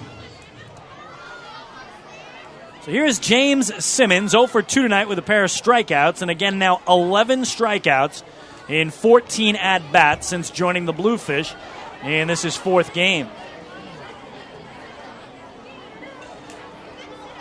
He's had a hat trick in every game he's played for the Fish this year, all 3 prior, and 2/3 of the way there tonight as Connor Graham misses way outside with ball 1.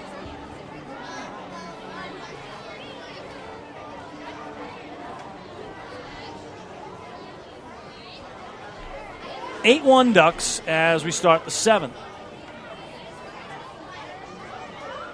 1-0 outside for ball 2. Again, promised you we'd take a look around the Atlantic League this inning, and Southern Maryland still trailing at home to Lancaster, although they put up another run.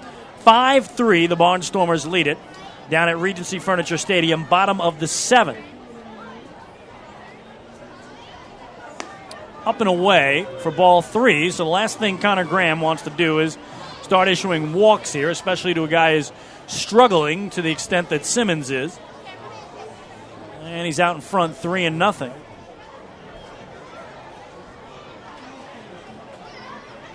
Got to think he's taking all the way here, and there's the automatic strike. Elsewhere tonight down in Sugar Land, Texas, game 2 of a 6-game series between the Skeeters and Sharks. Sugar Land leading the River Sharks 3-1 in the top of the 4th at Constellation Field. What a battle for first in the Freedom Division. Tell you about it in a minute. 3-1 is foul back, so Connor Graham has gotten it back to full from 3-0. Meanwhile, Patriots at home trailing the York Revolution 6-5 in Bridgewater, New Jersey, bottom of the 6th. Right now, everybody in the Freedom Division is over 500. Everybody in the Liberty Division is under 500. But the top 2 teams in the Freedom, one of them is really going to be disappointed when they don't clinch a playoff spot when the first half ends. Payoff pitch is swung on and missed. He struck him out. So James Simmons has a hat trick for the 4th straight game. And Connor Graham has a season-high 7th strikeout of the game, 1 away. Strikes him out after falling behind 3-0. So to bring up Luis Rodriguez, who has accounted for the only run tonight for the Bluefish, a solo homer to left center, his 2nd of the year back in the 3rd. He's also grounded out to the first baseman, Ben Broussard. So in case you're not following that battle atop the Freedom Division, it is incredible here as Louis takes it the other way into right, playable for Adam Bailey. Still going back as the wind gets a hold of it. And in front of the warning track, he's able to make the catch for the second out. Right now, the Patriots atop the Freedom Division. Sugar Land a half game back. Somerset 17 games over 500. Sugar Land 18 games over 500. Patriots are 32-15. Skeeters are 34-16. And the Patriots 1/1000th of a percentage point, officially ahead of the Skeeters. But you're talking about a team that might be 15 or more games over 500 is not going to win the division. Meanwhile, in the Ducks division, the Liberty division, Southern Maryland is in first place at 2 games under 500. Ducks are second, 8 games under 500. Here's Brandon Chavez, and he takes inside for ball 1. Chavez has struck out and walked. But it is amazing right now. The teams in the Freedom Division, 1, 2, 3, 4. Top 4 teams in the overall standings. The teams in the Liberty Division, 5, 6, 7, and 8 in the overall standings. 1-0 is off the end of the bat and through the left side in a left field. So Chavez with his first hit of the game. Diaz will stop at second. 2 on, 2 out. They go back to the top of the order for Daniel Maiora.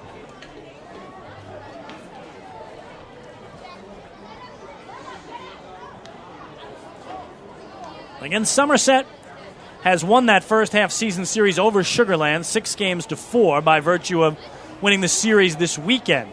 They led the Skeeters 4-3 going into a home series against them in Bridgewater, New Jersey. They were rained out Friday.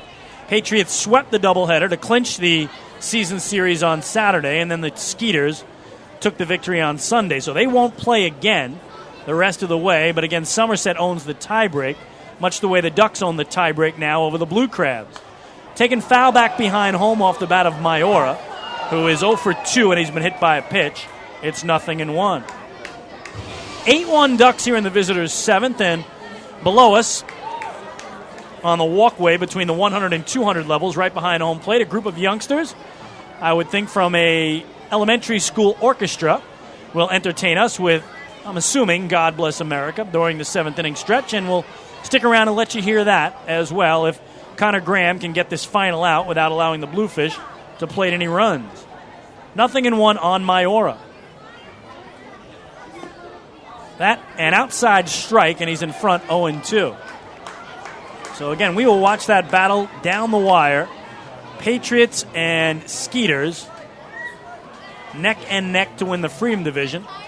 And the Ducks with a win tonight. If Lancaster can hold on and beat Southern Maryland, Ducks would only be 2 games out of first place in their division. 21 to go in the first half after tonight. 0-2 pitch is outside for ball 1. And again, in the Freedom, York is 5.5 back, Lancaster 8 back. Don't think they're going to catch those Patriots and Skeeters who are running away with it. And much the same in the Liberty, where the River Sharks and Bluefish are both 7 back. Just can't make up that kind of ground with only 21, 22 games remaining in a first half that ends July 1st. 1-2 pitch coming to Maiora from Graham. And that up and in, 2 balls and 2 strikes.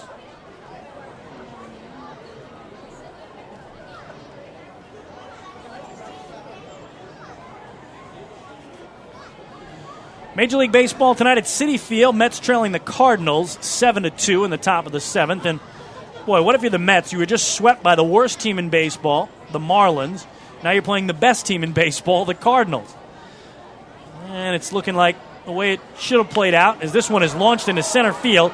Canary going back, still going back, reaching up at the edge of the warning track, and he puts it away. Oh, Daniel Maiora gave it a ride, but Ryan Canary got a great jump on it. And that'll retire the side. No runs, 2 hits, 2 left. Time to stretch in Central Islip, middle of the 7th inning. The Ducks lead it 8-1, and we'll let you listen in to God Bless America. God bless America.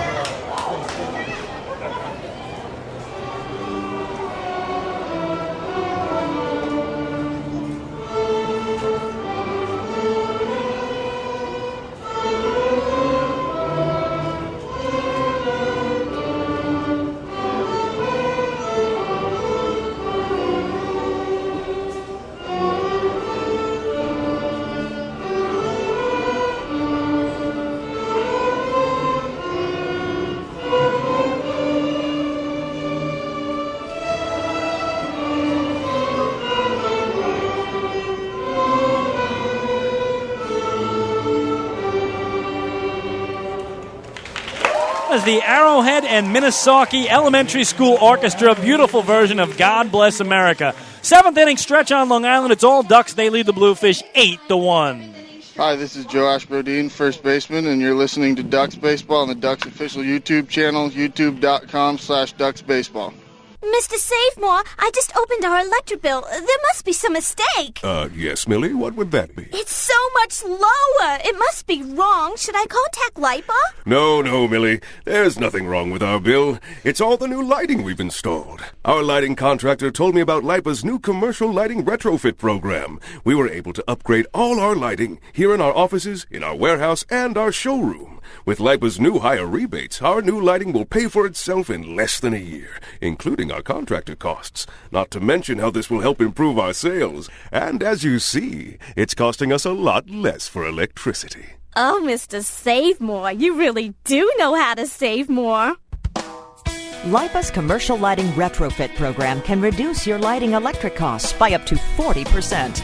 Over time, that can mean thousands. Call 1-800-692-2626 or visit lipower.org/retrofit. LIPA, we're working for you. Hi, this is pitcher Matt Way, and you're listening to Ducks Baseball on the Ducks official YouTube channel, youtube.com/DucksBaseball.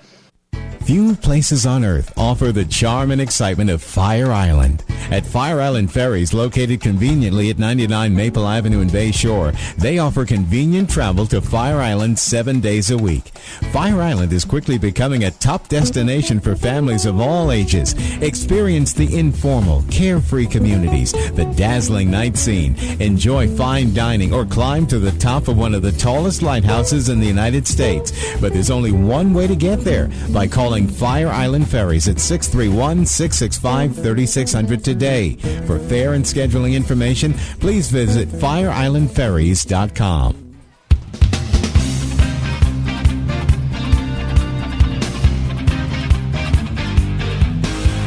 Well, to the last of the 7th we go on Long Island. Ducks lead at 8-1, and Ben Broussard started off against right-hander Matt Somo, who came on in the 7th to replace lefty Kelvin Villa. Back to work goes Somo, and Broussard swings through the first offering, and the count 0-1 on Ben. He is 1 for 3 tonight with a single and a run scored. Ducks out-hitting the Bluefish 2-1 margin, 10-5 the hits in this one. Somo's 0-1 is, again, a swing and a miss, and it's 0-2 on Ben Broussard.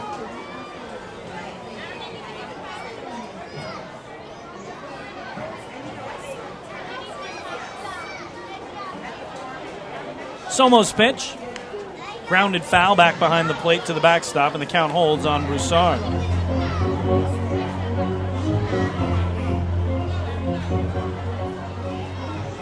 Real nice story in yesterday's Newsday on Ben Broussard and his journey through baseball and music as well. Get a chance to check it out.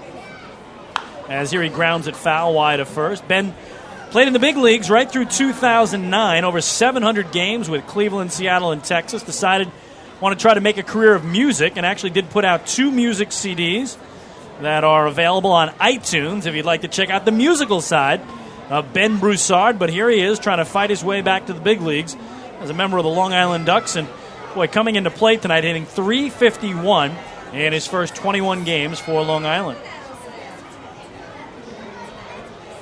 0-2 pitch is poked the other way to left field. Crum coming in. It'll bounce in front of him.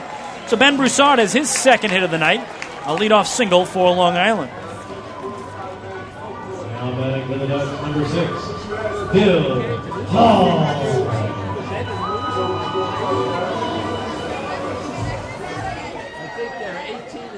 First time tonight the Ducks have had a hit to lead off an inning. They've had the leadoff man aboard, but it has happened via walk twice. First time tonight a base hit to lead off an inning as Broussard gets it going. And here's Bill Hall, 1 for 2, with a strikeout swinging, a 3-run homer, a walk, and another run scored. So what a night for Hall as he sees strike 1. Scored a pair of runs and driven in 3.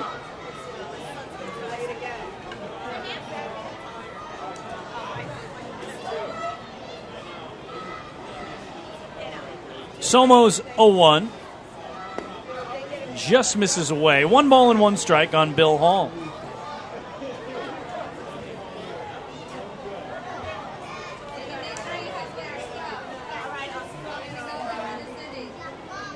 Very short lead at first for Broussard. Just takes a step away from the bag as Diaz will hold him on. Somo takes a check. And his 1-1 is popped foul. High out of play on the first base side for strike 2.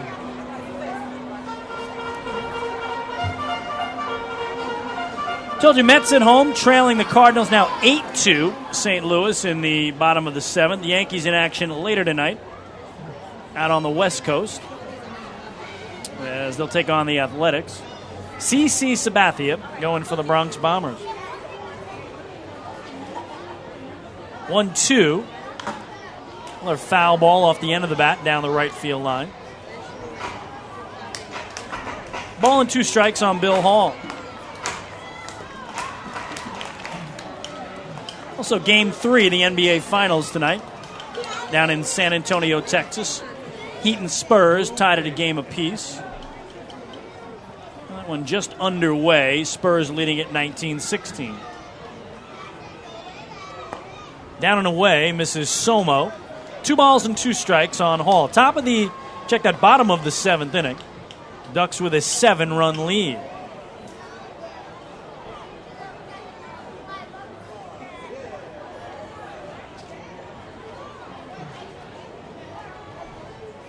Two-2 the count as Somo comes home.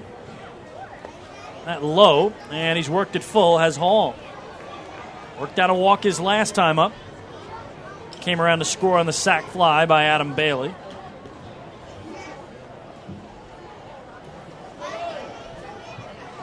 Now Hall trying to get on again with Joash Brodeen in the on-deck circle. All Long Island from the 4th inning on. 1-0 Fish after 3 innings. Ducks have scored runs in the last 3 straight innings, though. Payoff pitch.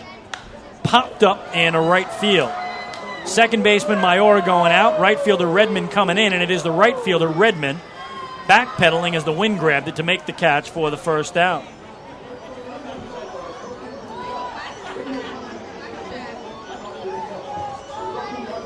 Now batting for the Ducks, number 22, Joash Brodeen.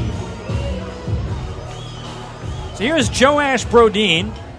Had a great game Sunday night. We told you about that waddle-off winning hit in the bottom of the 9th inning. Second waddle-off win this year for Long Island, but he went 3 for 4 in that game. Brodeen tonight 1 for 2 with a single, a walk, and a run scored. He bats left-handed for the first time tonight against the righty Somo and sees a strike. We talked about it earlier, but Brodeen, more power from the left, where he's hit all 4 of his home runs. More average from the right, where his batting average is about 100 points higher. Down and in, misses the right-hander Somo, a ball and a strike.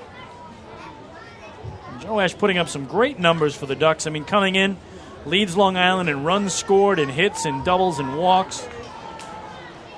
Batting .313 on the year. Start tonight. What a season for Joash Brodeen. 1-1 is fouled to the screen, straight back.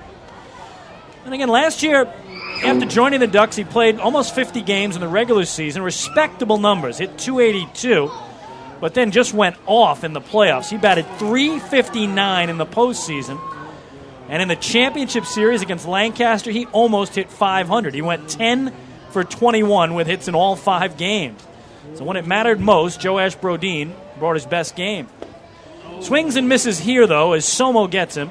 And at the first strikeout tonight for the right-hander Matt Somo. Check that second. And there's 1 away. 9th Duck to go down on strikes tonight is Kelvin Villa, fan 7. Adam Bailey. I remember looking back at those championship series numbers. Craig Binnick hit .500, and Joash Brodeen hit .476. And leading the Ducks to their 2nd Atlantic League title. Here's Adam Bailey.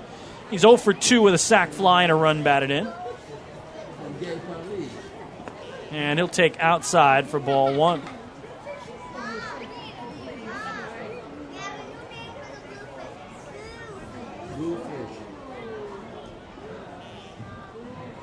Bailey, the only Duck without a hit tonight. Let's see if he can take care of that here in the home seventh. Long Island with 11 hits in the game and going to have all the other 8 players with at least one each. They've really spread it out nicely. Loops it foul off the facade of the upper deck, back behind home plate, and then down below. But every other Duck has at least one base hit, so if Adam Bailey can get himself a safety here, 1 through 9 will all have at least one hit in the game.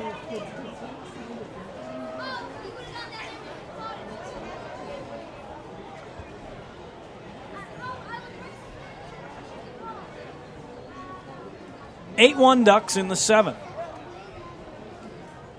1-1. Up and away for ball 2. Again, Broussard at first. Now not being held on with Victor Diaz playing behind him.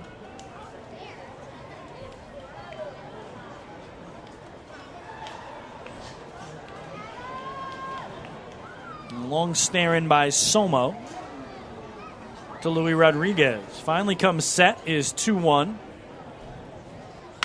Bounced towards second for Daniel Mayora. He will go to first.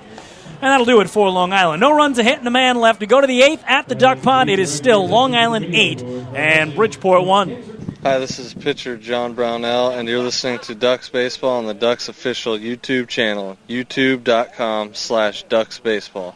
Beautify your patio, walkway, driveway, or pool surround with Nicoloc paving stones and walls. Nicoloc's specially formulated paver shield offers extra surface wear protection and color enhancement throughout the thickness of the paver. Paver shield guarantees that your pavers will look great for years to come. Bring home the elegance with Nicoloc. Visit the Nicoloc Design Center, Sunrise Highway, Lindenhurst, or Nicoloc.com. Let Nicoloc Pavers,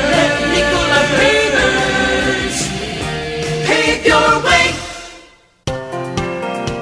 Northeast Facility Supplies is the official janitorial supplier of the Long Island Ducks, serving all of Long Island, both North and South Fork locations to better serve you. We're located in Ronkonkoma and have a complete range of janitorial supplies for all your facilities' needs. Whether it's paper, plastics, chemicals, machinery, or equipment, no business is ever too big or too small for us. Don't forget to ask about our price match guarantee. Visit us on the web at www.nefaci.com or give us a call at 631-563-8119.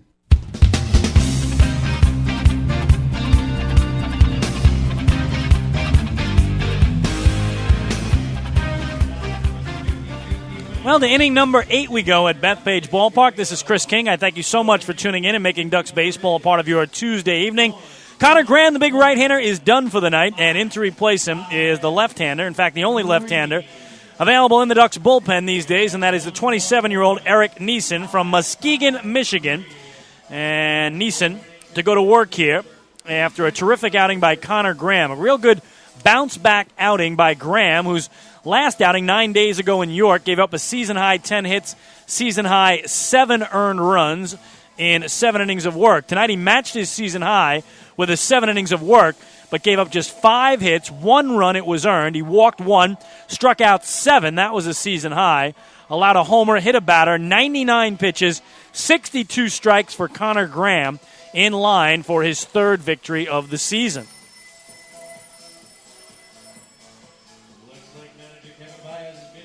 So Eric Neeson takes the baseball.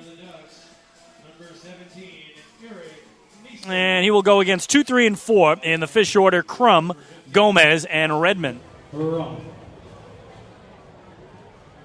Austin Crum 1 for 3 with a base hit up the middle back in the first inning. Top of the 8th, 8-1 Long Island, trying to take the opener of this 3-game set.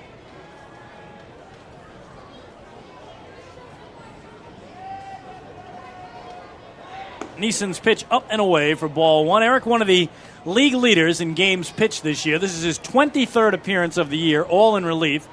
2-0 record, 4.13 earned run average. 1-0 to Crum is a strike to even it up. 24 innings tossed for the lefty, 28 hits allowed. He has walked only 6 and struck out 25. So Eric's strikeout to walk ratio better than 4-1. And the opposition batting .280 against Neeson. 1-1 slider high here, 2 balls and a strike. So Connor Graham, who came in with an ERA of 6.03, we'll see that go down significantly with 7 innings of 1-run work tonight. Taken down the left field line the other way, long run for Joash Brodeen. It's a foul ball, so a break for the Ducks that would have been at least a double for Austin Crum.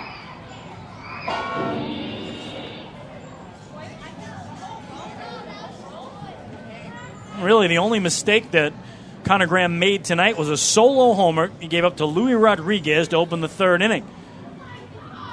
Other than that, scattered the hits around. Did give up 2 singles in his final inning of work, but other than that, a 1st inning single, a 4th inning single.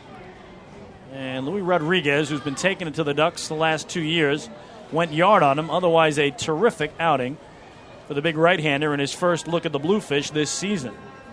So in line to get his first win since May 18th at Southern Maryland is Connor Graham.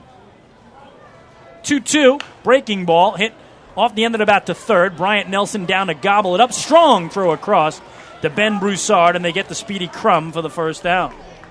Now batting for the Bluefish, number 2, Alexis Gomez. So here's Alexis Gomez, who is 0 for 3 tonight with a fly to left, strikeout swinging, and a strikeout looking.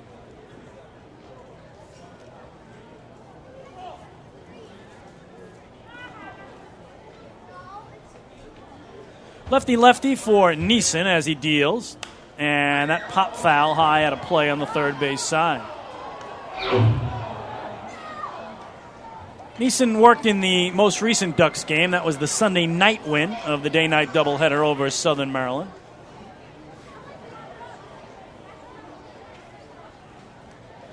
Oh, 1, just away. 1 ball and 1 strike.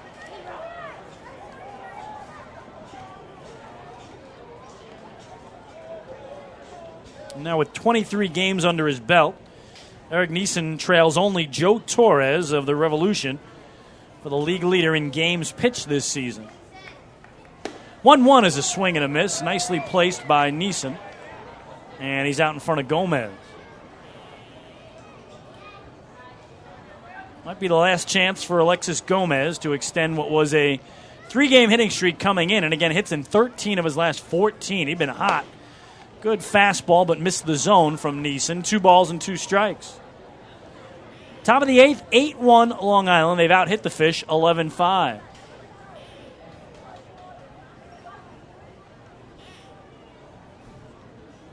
Two down and away. Ducks trying to take the lead in the Ferry Cup standings. Teams came in 1-1 so far after splitting a pair of games last week in Bridgeport. Bluefish won the Tuesday night game 4-2. Ducks won the Wednesday morning matinee 5-0. They were rained out Thursday. 3-2 breaks the bat, going to third for Bryant Nelson. Plenty of time this time to throw across. And a pair of 5-3 groundouts for Eric Neeson in the 8th. Just sawed off Alexis Gomez there. Now batting for the Bluefish, number 27, Prentice Redmond. And here's Prentice Redmond. Boy, he has run hot and cold of late. We told you about that 4-for-4 game on Sunday. Prior to that, he didn't have 4 hits total in his previous 9 games. He was 3 for 31 in his previous 9 games prior to Sunday. He goes 4 for 4 in the win over the Barnstormers as he takes a backdoor hook here for a strike. And tonight, back to the cold side, 0 for 3 with 3 flyouts. Well, a great-looking hook from Eric Neeson. Started way outside and brought it back over the outer edge for strike 1. 0-1, up and in at the letters. 1 ball and 1 strike to Prentice Redmond. Prentice's only time up in the show, 15 games with the Mets in 2003. Grounds at the third. Busy inning for Bryant Nelson. Bobbles, throws, and it bounces past his first baseman, Ben Broussard.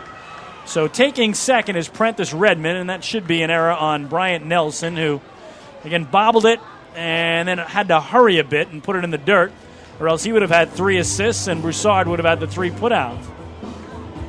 And now some concern about pitcher Eric Neeson as here comes Kevin Baez after Ramon Castro, his catcher, went out to talk to him. So the E5, first error of the game on the Ducks, allows Redmond to go to second base. And that's going to be it for Eric Neeson, as Kevin Baez will go to the bullpen here with a 7-run lead in the 8th inning. Back with a new pitcher for Long Island. Ducks lead at 8-1 in the 8th. Hi, this is manager Kevin Baez, and you're listening to Ducks Baseball on the Ducks official YouTube channel, youtube.com/DucksBaseball. Mr. Savemore, it's happening again. I know our electric costs went down after all that new lighting you did through LIPA's lighting retrofit program, but this month's bill is even lower. Should I contact LIPA this time? No, Millie. There's still nothing wrong with our LIPA bill. This time I took advantage of LIPA's AC retrofit program. Our central air system was, let's say not too efficient anymore. You remember last summer. With LIPA's AC retrofit program, I replaced all our units, here in our offices, in our warehouse, and our showroom. With LIPA's increased rebates and lower cooling costs every summer, our new AC systems will pay for themselves in just a few years. Oh, Mr. Savemore, you did it again! You saved more! LIPA's commercial AC retrofit program can reduce your cooling costs by up to 30%. Over time, that can mean thousands. Call 1-800-692-2626 or visit lipower.org/retrofit. LIPA, we're working for you. Hi, this is pitcher Matt Way, and you're listening to Ducks Baseball on the Ducks official YouTube channel, youtube.com/DucksBaseball. Few places on Earth offer the charm and excitement of Fire Island. At Fire Island Ferries, located conveniently at 99 Maple Avenue in Bay Shore, they offer convenient travel to Fire Island 7 days a week. Fire Island is quickly becoming a top destination for families of all ages. Experience the informal, carefree communities, the dazzling night scene, enjoy fine dining, or climb to the top of one of the tallest lighthouses in the United States. But there's only one way to get there, by calling Fire Island Ferries at 631-665-3600 today. For fare and scheduling information, please visit fireislandferries.com.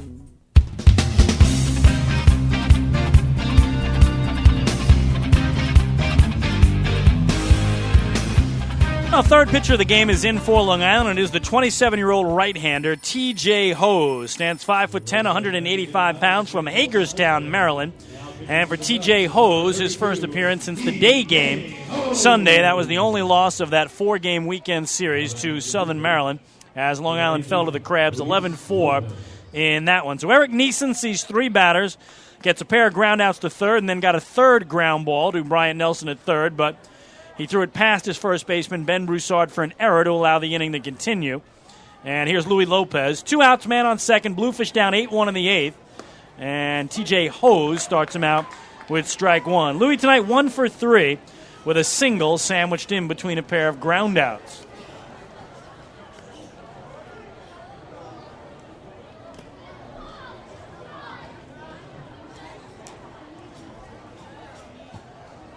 Hose, the righty, from way over on the first base side of the rubber.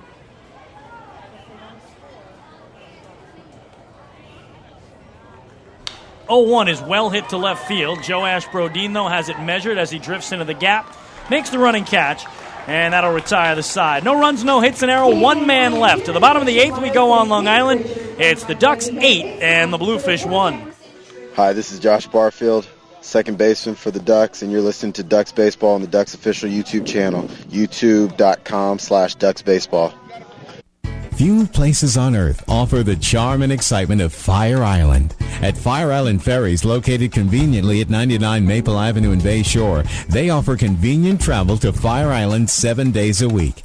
Fire Island is quickly becoming a top destination for families of all ages. Experience the informal, carefree communities, the dazzling night scene, enjoy fine dining, or climb to the top of one of the tallest lighthouses in the United States. But there's only one way to get there, by calling Fire Island Ferries at 631-665-3600 today. For fare and scheduling information, please visit fireislandferries.com. Hi, I'm former Major Leaguer John Franco. Growing up in Brooklyn, I dreamed of playing professional baseball. My dad, a city employee, worked hard so I could live out that dream. The team at MCU is a lot like my dad. They're New Yorkers you can count on, and they'll work hard to help you reach your financial goals. Municipal Credit Union has a full range of financial services that make sense in today's economy. Join today. Call 1-866-JOIN-MCU or visit nymcu.org. MCU, strong, trusted, growing. Hi, this is Nick DeBar, pitcher, and you're listening to Ducks Baseball on the Ducks official YouTube channel, youtube.com/DucksBaseball. I love coming to the stadium. What do you love about a Long Island Ducks game? The excitement. The laughter. The memories. Spending time with my family. Watching my grandson's eyes light up. Dancing with Clocker Jack. What about you? A 400-foot shot. Definitely the food. Getting autographs and running the bases. Play ball! For game times and promos for your 2012 Atlantic League champions, visit liducks.com. I love this game. Ducks baseball. It's game time. Can't get enough of the Long Island Ducks? Well, now you can get even more inside info on your favorite hometown team through Facebook and Twitter. The Ducks are constantly updating fans through social media with scores, transactions, ballpark promotions, and much more. You can even win great prizes. All you'll need to do is make a free account on Facebook and Twitter, and then visit us at facebook.com/LIDucks and twitter.com/LIDucks. Think you're Long Island's biggest Ducks fan? Get connected now.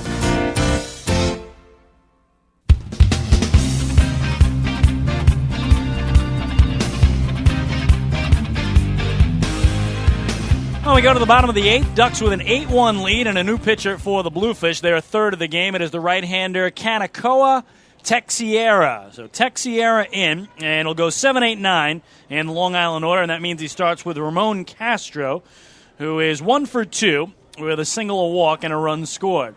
Ducks lead it by 7 as Matt Somo is done for the night. Somo, an inning and 2/3, a hit, no runs, no walks, and 2 strikeouts. Ball 1 to Castro.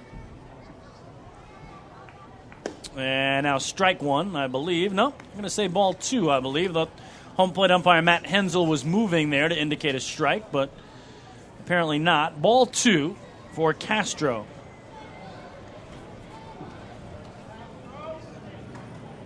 Texiera deals. And that low, it's 3-0. Texiera, 27-year-old from Seattle, Washington. 6'2", 190, former major leaguer who last pitched at AAA Cincinnati. And check that, AAA Louisville in the Reds organization. 3-0 is a strike on the outside corner. It's 3-1. And boy, I look down the pitching roster of the Bluefish, and I don't think they have anybody, not a single pitcher, back from a year ago. I think they've completely turned over their pitching staff from last season. Yeah, not one was with them a year ago. 3-1 is a strike, so Texiera ran out 3-0, comes back with a pair of strikes on Castro, and now the count full. Castro, a couple of words for home plate umpire Hensel, and now the payoff. Taken the other way, foul, just outside the chalk down the right field line, or looked like it might have been extra bases for Ramon Castro.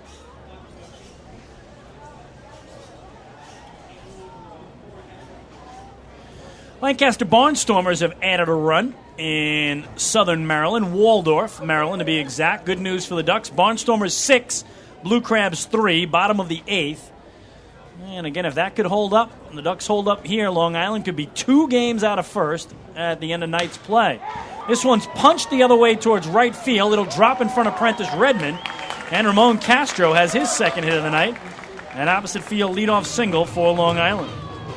Now batting for the Ducks, the whistle player of the game, number 9, P.J. Phillips. So to bring up P.J. Phillips, scored a pair of runs tonight, has a walk and a double, 1 for 2. Ducks with now a dozen hits even on the evening. Bluefish just 5, and each team now has committed an error.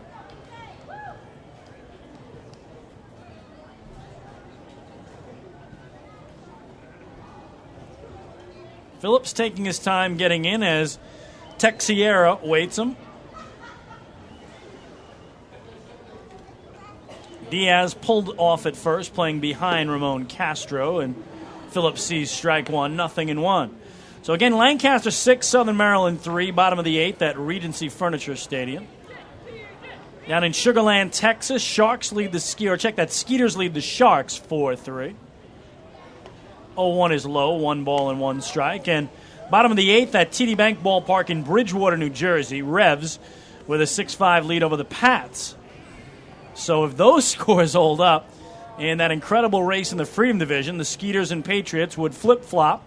Sugar Land would go back on top. Somerset would fall to second. I have a feeling it's going to be that way down the stretch here as count now 2-2, I believe, on P.J. Phillips. I have it as 2-1 on the board. Texiera set away from his belt. Here's the pitch. And that fouled off the gear of catcher Louis Rodriguez and almost took out Ryan Kinari in the on-deck circle. Now we know it's 2-2.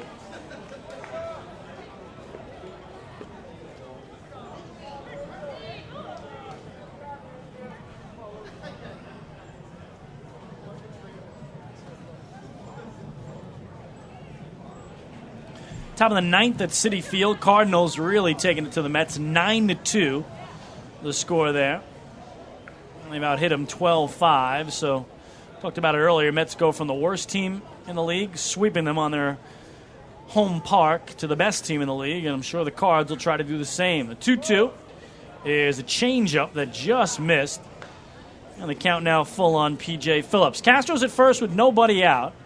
Ducks with 8 unanswered runs to lead by 7.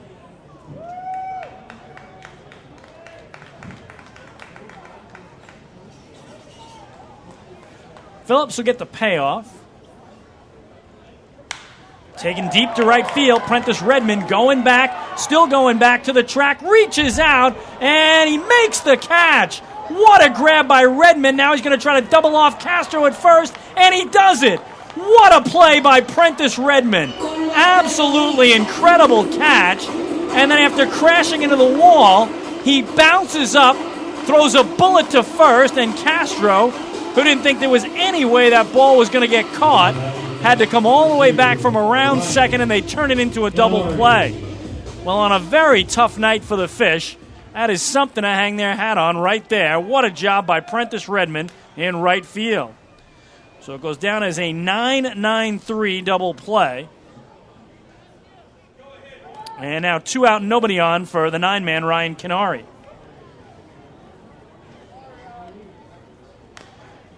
Off the hands, foul back towards home. Or back towards the backstop behind home, I should say. But what an amazing play by Prentice Redmond. A little asterisk in the score sheet here in the home 8th. And this one tagged to center field, but playable. For James Simmons, the one-handed squeeze, and down go the Ducks. No runs, a hit, nobody left. To the 9th we go. Long Island trying to wrap it up. They lead the Bluefish by the score of 8-1. Hi, this is right-handed pitcher Josh Lansford, and you're listening to Ducks Baseball on the Ducks official YouTube channel, youtube.com/DucksBaseball.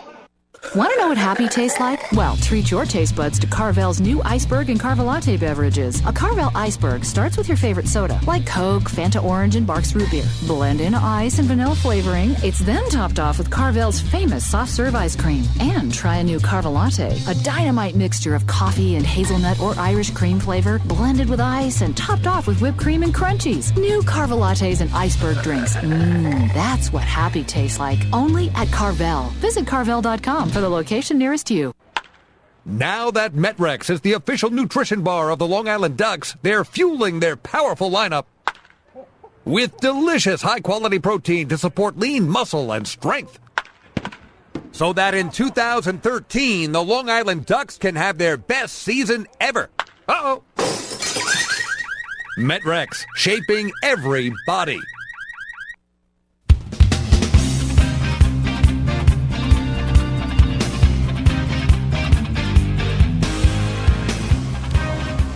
We go to the 9th inning, Ducks with an 8-1 lead, and don't forget, Duck fans, this series, or I should say this series, has 2 more games, the homestand as well. Here tomorrow night at 6:35, Lucky Seat Giveaway Night presented by Plessers.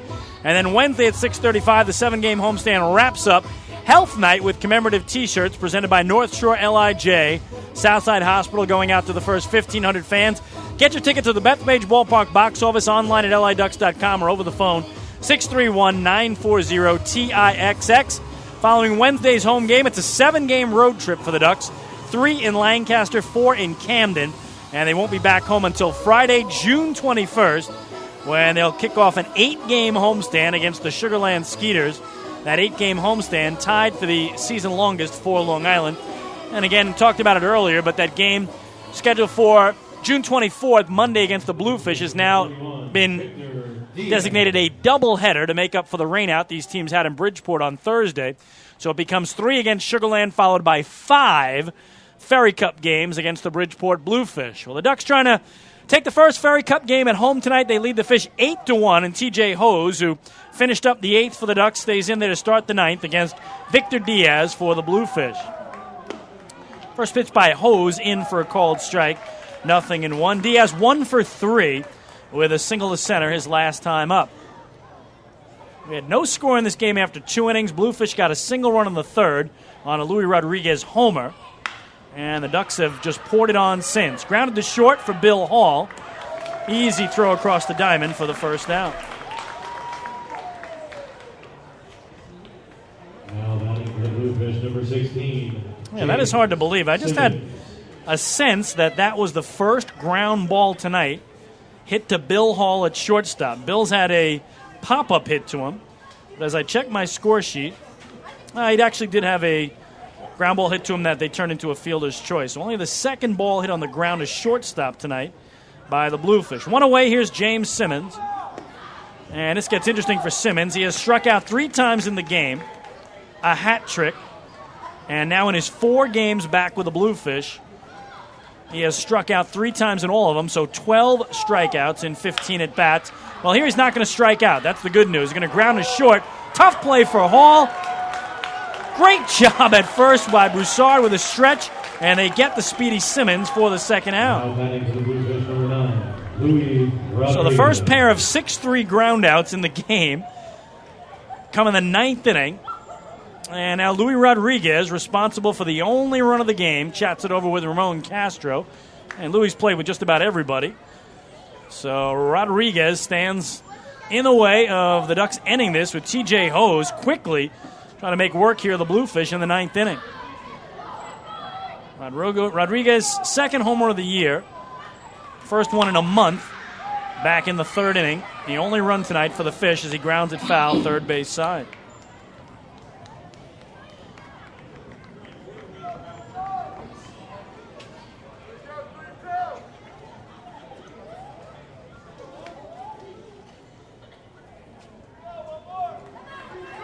Oh, 0-1 the count to the Machete. Down and away, misses Hose. 1 ball and 1 strike.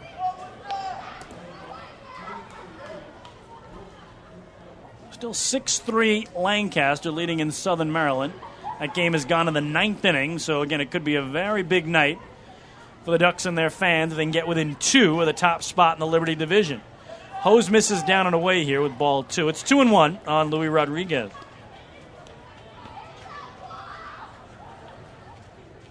Real complete performance here tonight for the Ducks. Offense, defense, pitching.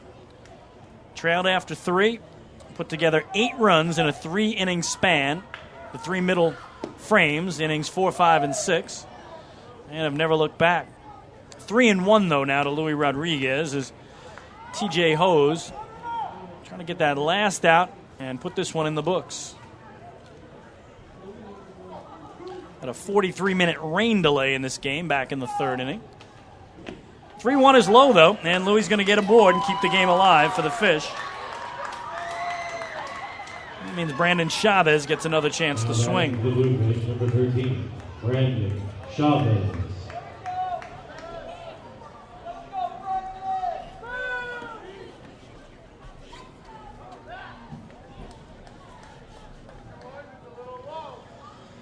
Chavez has been aboard 2 times in 3 plate appearances, has a walk, a single, and a strikeout swinging.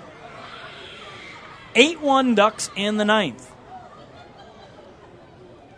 Long Island trying to win their 2nd straight and 5th in the last 6 games.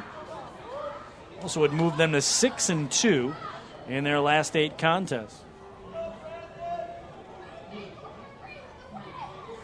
With some help from the Barnstormers, and suddenly we got a race in the Liberty Division with 21 games to go.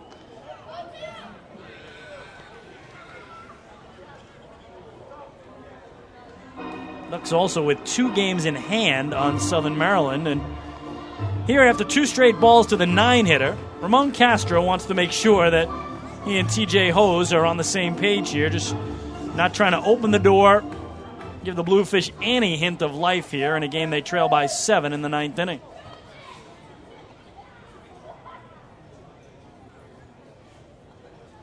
Hose, the former Patriot, comes set. His pitch swung through here for strike 1. Yeah, the crowd hoping it gets to that strike 2 count so they can begin that rhythmic clapping. That usually happens when they are a strike away from a win. Hose's pitch in the air to center field for Canary, but it'll drop in front of him. So second hit for Chavez. Rodriguez stops at second. And back to the top of the order for Daniel Mayora.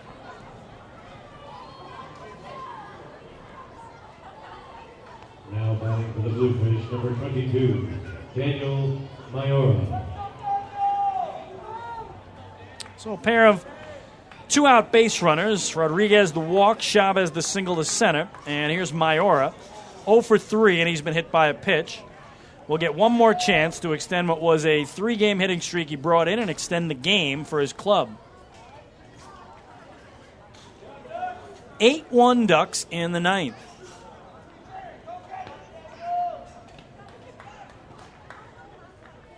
Hose a check of second and bounced to short. Hall will go the long way to first, and the Long Island Ducks have defeated the Bridgeport Bluefish by the final score of 8-1. They take the opener of this 3-game series and are out to congratulate TJ Hose. Connor Graham has his first win in almost a month. He'll go to 3-3 on the season, and the Ducks had 12 hits in the game. 8 of their 9 batters had at least 1 hit tonight. A real complete effort for Long Island in a 7-run win over their cross-sound rivals. Again, the final tonight, the Long Island Ducks 8, the Bridgeport Bluefish 1. We'll be back to talk about it on the post-game show. Hi, this is reliever Leo Rosales, and you're listening to Ducks Baseball on the Ducks official YouTube channel, youtube.com/DucksBaseball. Hey, Duck fans, you want all the latest inside info on your defending Atlantic League champion Long Island Ducks? Then follow Ducks President and General Manager Michael Pfaff on Twitter at twitter.com/LIDucksGM. You'll find out first right here about player transactions, special stories, and so much more. You'll also be able to interact with Michael directly and get his take on all things Ducks baseball. Head to twitter.com/LIDucksGM today and make sure to follow along throughout the entire 2013 season. It's game time. Hey Ducks fans, your recreation destination this year is The Rinks at Hidden Pond Park. The Rinks features 2 full-size ice rinks, a 97-acre summer day camp, a New York State licensed preschool academy, and a wide variety of birthday party options. Learn to skate, join one of many hockey leagues, swim in an Olympic-sized pool, and enjoy all the fun that The Rinks has to offer. Visit us today at 660 Terry Road in Hauppauge, or check us out online at therinks.com. The Rinks, your recreation destination.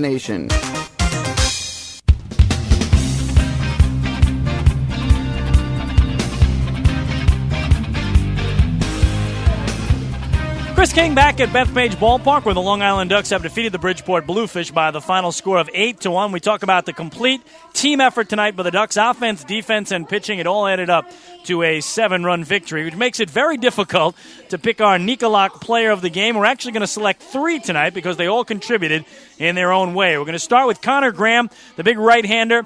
7 innings of 5 hit, 1 ball, 1 walk, a season-high 7 strikeouts. So he is one of our 3 Nicolak players of the game. Can't forget Bryant Nelson tonight. He had a terrific game, 3 for 4. Pair of singles, a double, scored a run. And also Bill Hall, who hit his second home run of the season, a 3-run shot, as he had that 3 runs batted in, scored a pair of runs, drew a walk, and scored a run later in the game. So the combination of Connor Graham, Bryant Nelson, and Bill Hall, I'll try Nicolak players of the game. Congratulations. They all win Nicolak player of the game honors. Nicolak retaining walls and paving stones, a company synonymous with quality and service in the manufactured concrete industry for almost 50 years. Again, the Ducks trailed it 1-0 after 3 innings, but they scored 3 in the 4th, 1 in the 5th, 4 in the 6th, and never looked back in the 8-1 win. We'll take one more break. When we come back, full recap of how it went down tonight in Long Island's 7-run win. We'll update you on the very important out-of-town scoreboard, preview tomorrow night's Game 2 matchup, and we'll wrap this one up. Again, the Ducks have won it here tonight, 8-1 over the Bluefish in the opener of a 3-game series. Hi, this is center fielder Ryan Canary, and you're listening to Ducks Baseball on the Ducks official YouTube channel, youtube.com/DucksBaseball. Beautify your patio, walkway, driveway, or pool surround with Nicoloc paving stones and walls. Nicoloc's specially formulated paver shield offers extra surface wear protection and color enhancement throughout the thickness of the paver. Paver shield guarantees that your pavers will look great for years to come. Bring home the elegance with Nicoloc. Visit the Nicoloc Design Center, Sunrise Highway, Lindenhurst, or Nicoloc.com. Let Nicoloc paver, let Nicoloc pavers pave your way. Hey, Ducks fans, the official hotel of the Long Island Ducks is the Holiday Inn Islip MacArthur Airport in Ronkonkoma. Uncover the perfect balance of memorable, award-winning service and the most central location Long Island has to offer. The Holiday Inn is located less than a quarter mile from the Islip MacArthur Airport with a state-of-the-art health and fitness center, high-speed internet access, a world-class outdoor pool, and the great food and fun inside the Brickyard Bar and Grill. There's never been a better time to visit the Holiday Inn Islip Airport. Best of all, it's only minutes away from Bethpage Ballpark. The Holiday Inn, the official hotel of the Long Island Ducks. Call 585-9500 today. That's 631-585-9500.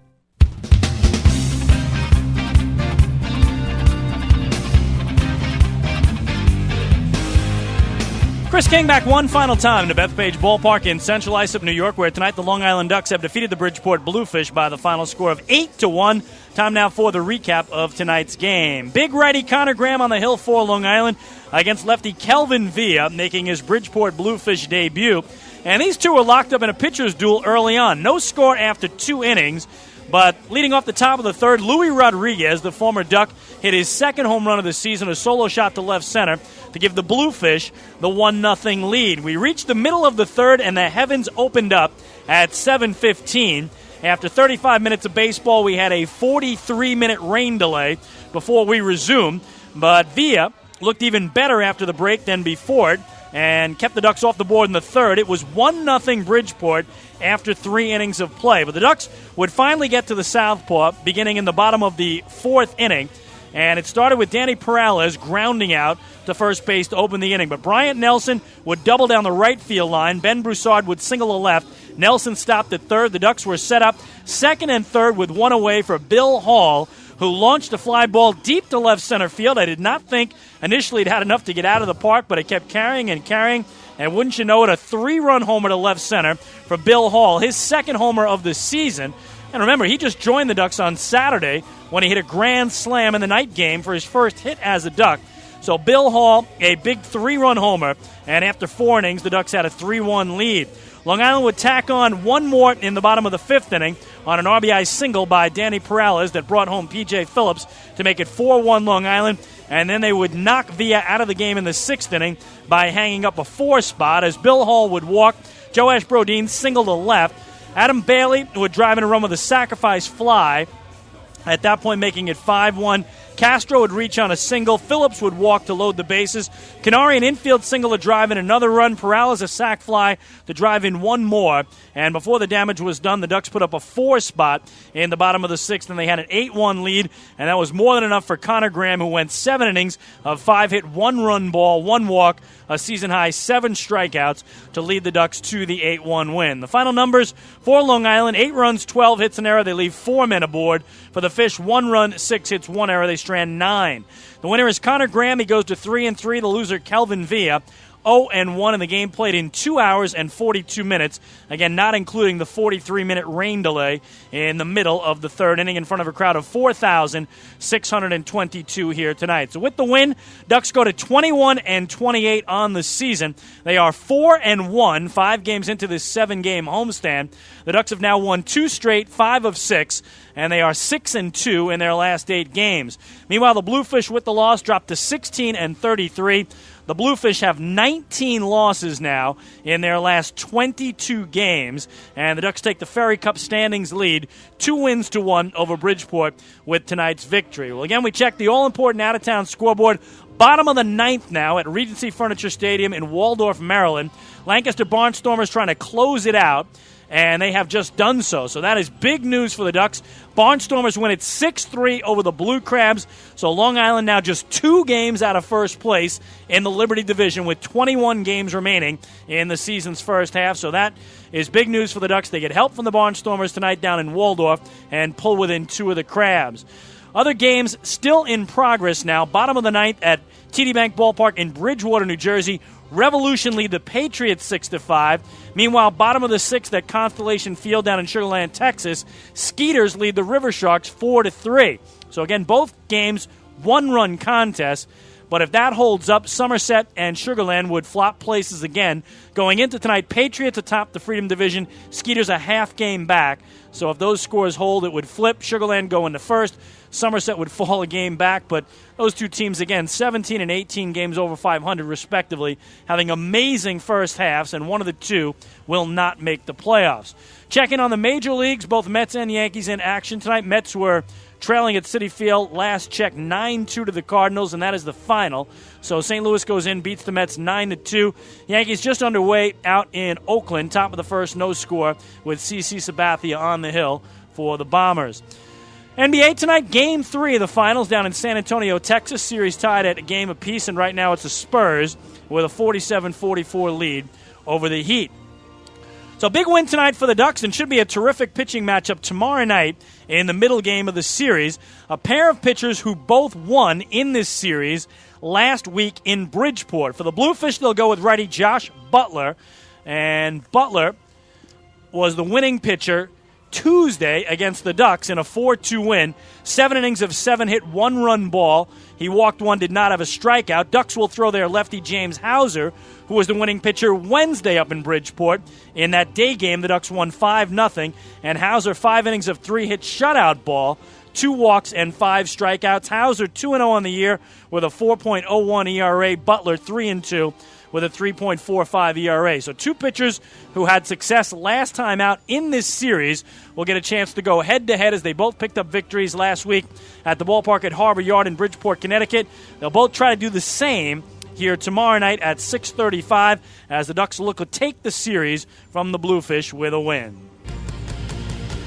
That'll do it from here. Once again, the final score tonight from Bethpage Ballpark in Central Islip, New York. It was the Long Island Ducks 8 and the Bridgeport Bluefish 1. We do invite you to join us for our next Long Island Ducks broadcast. That'll be tomorrow night when the Ducks host the Fish for the middle game of this 3-game set. The pregame show starts at 6:20 p.m. We'll throw the first pitch at 6:35. You'll hear it all right here on the home for Ducks Baseball, liducks.com, and, of course, youtube.com/DucksBaseball as well. I'm Chris King saying thanks so much for listening. We'll do it all over again tomorrow night. Enjoy the rest of your Tuesday evening, everybody, and good night from the Duck Pond.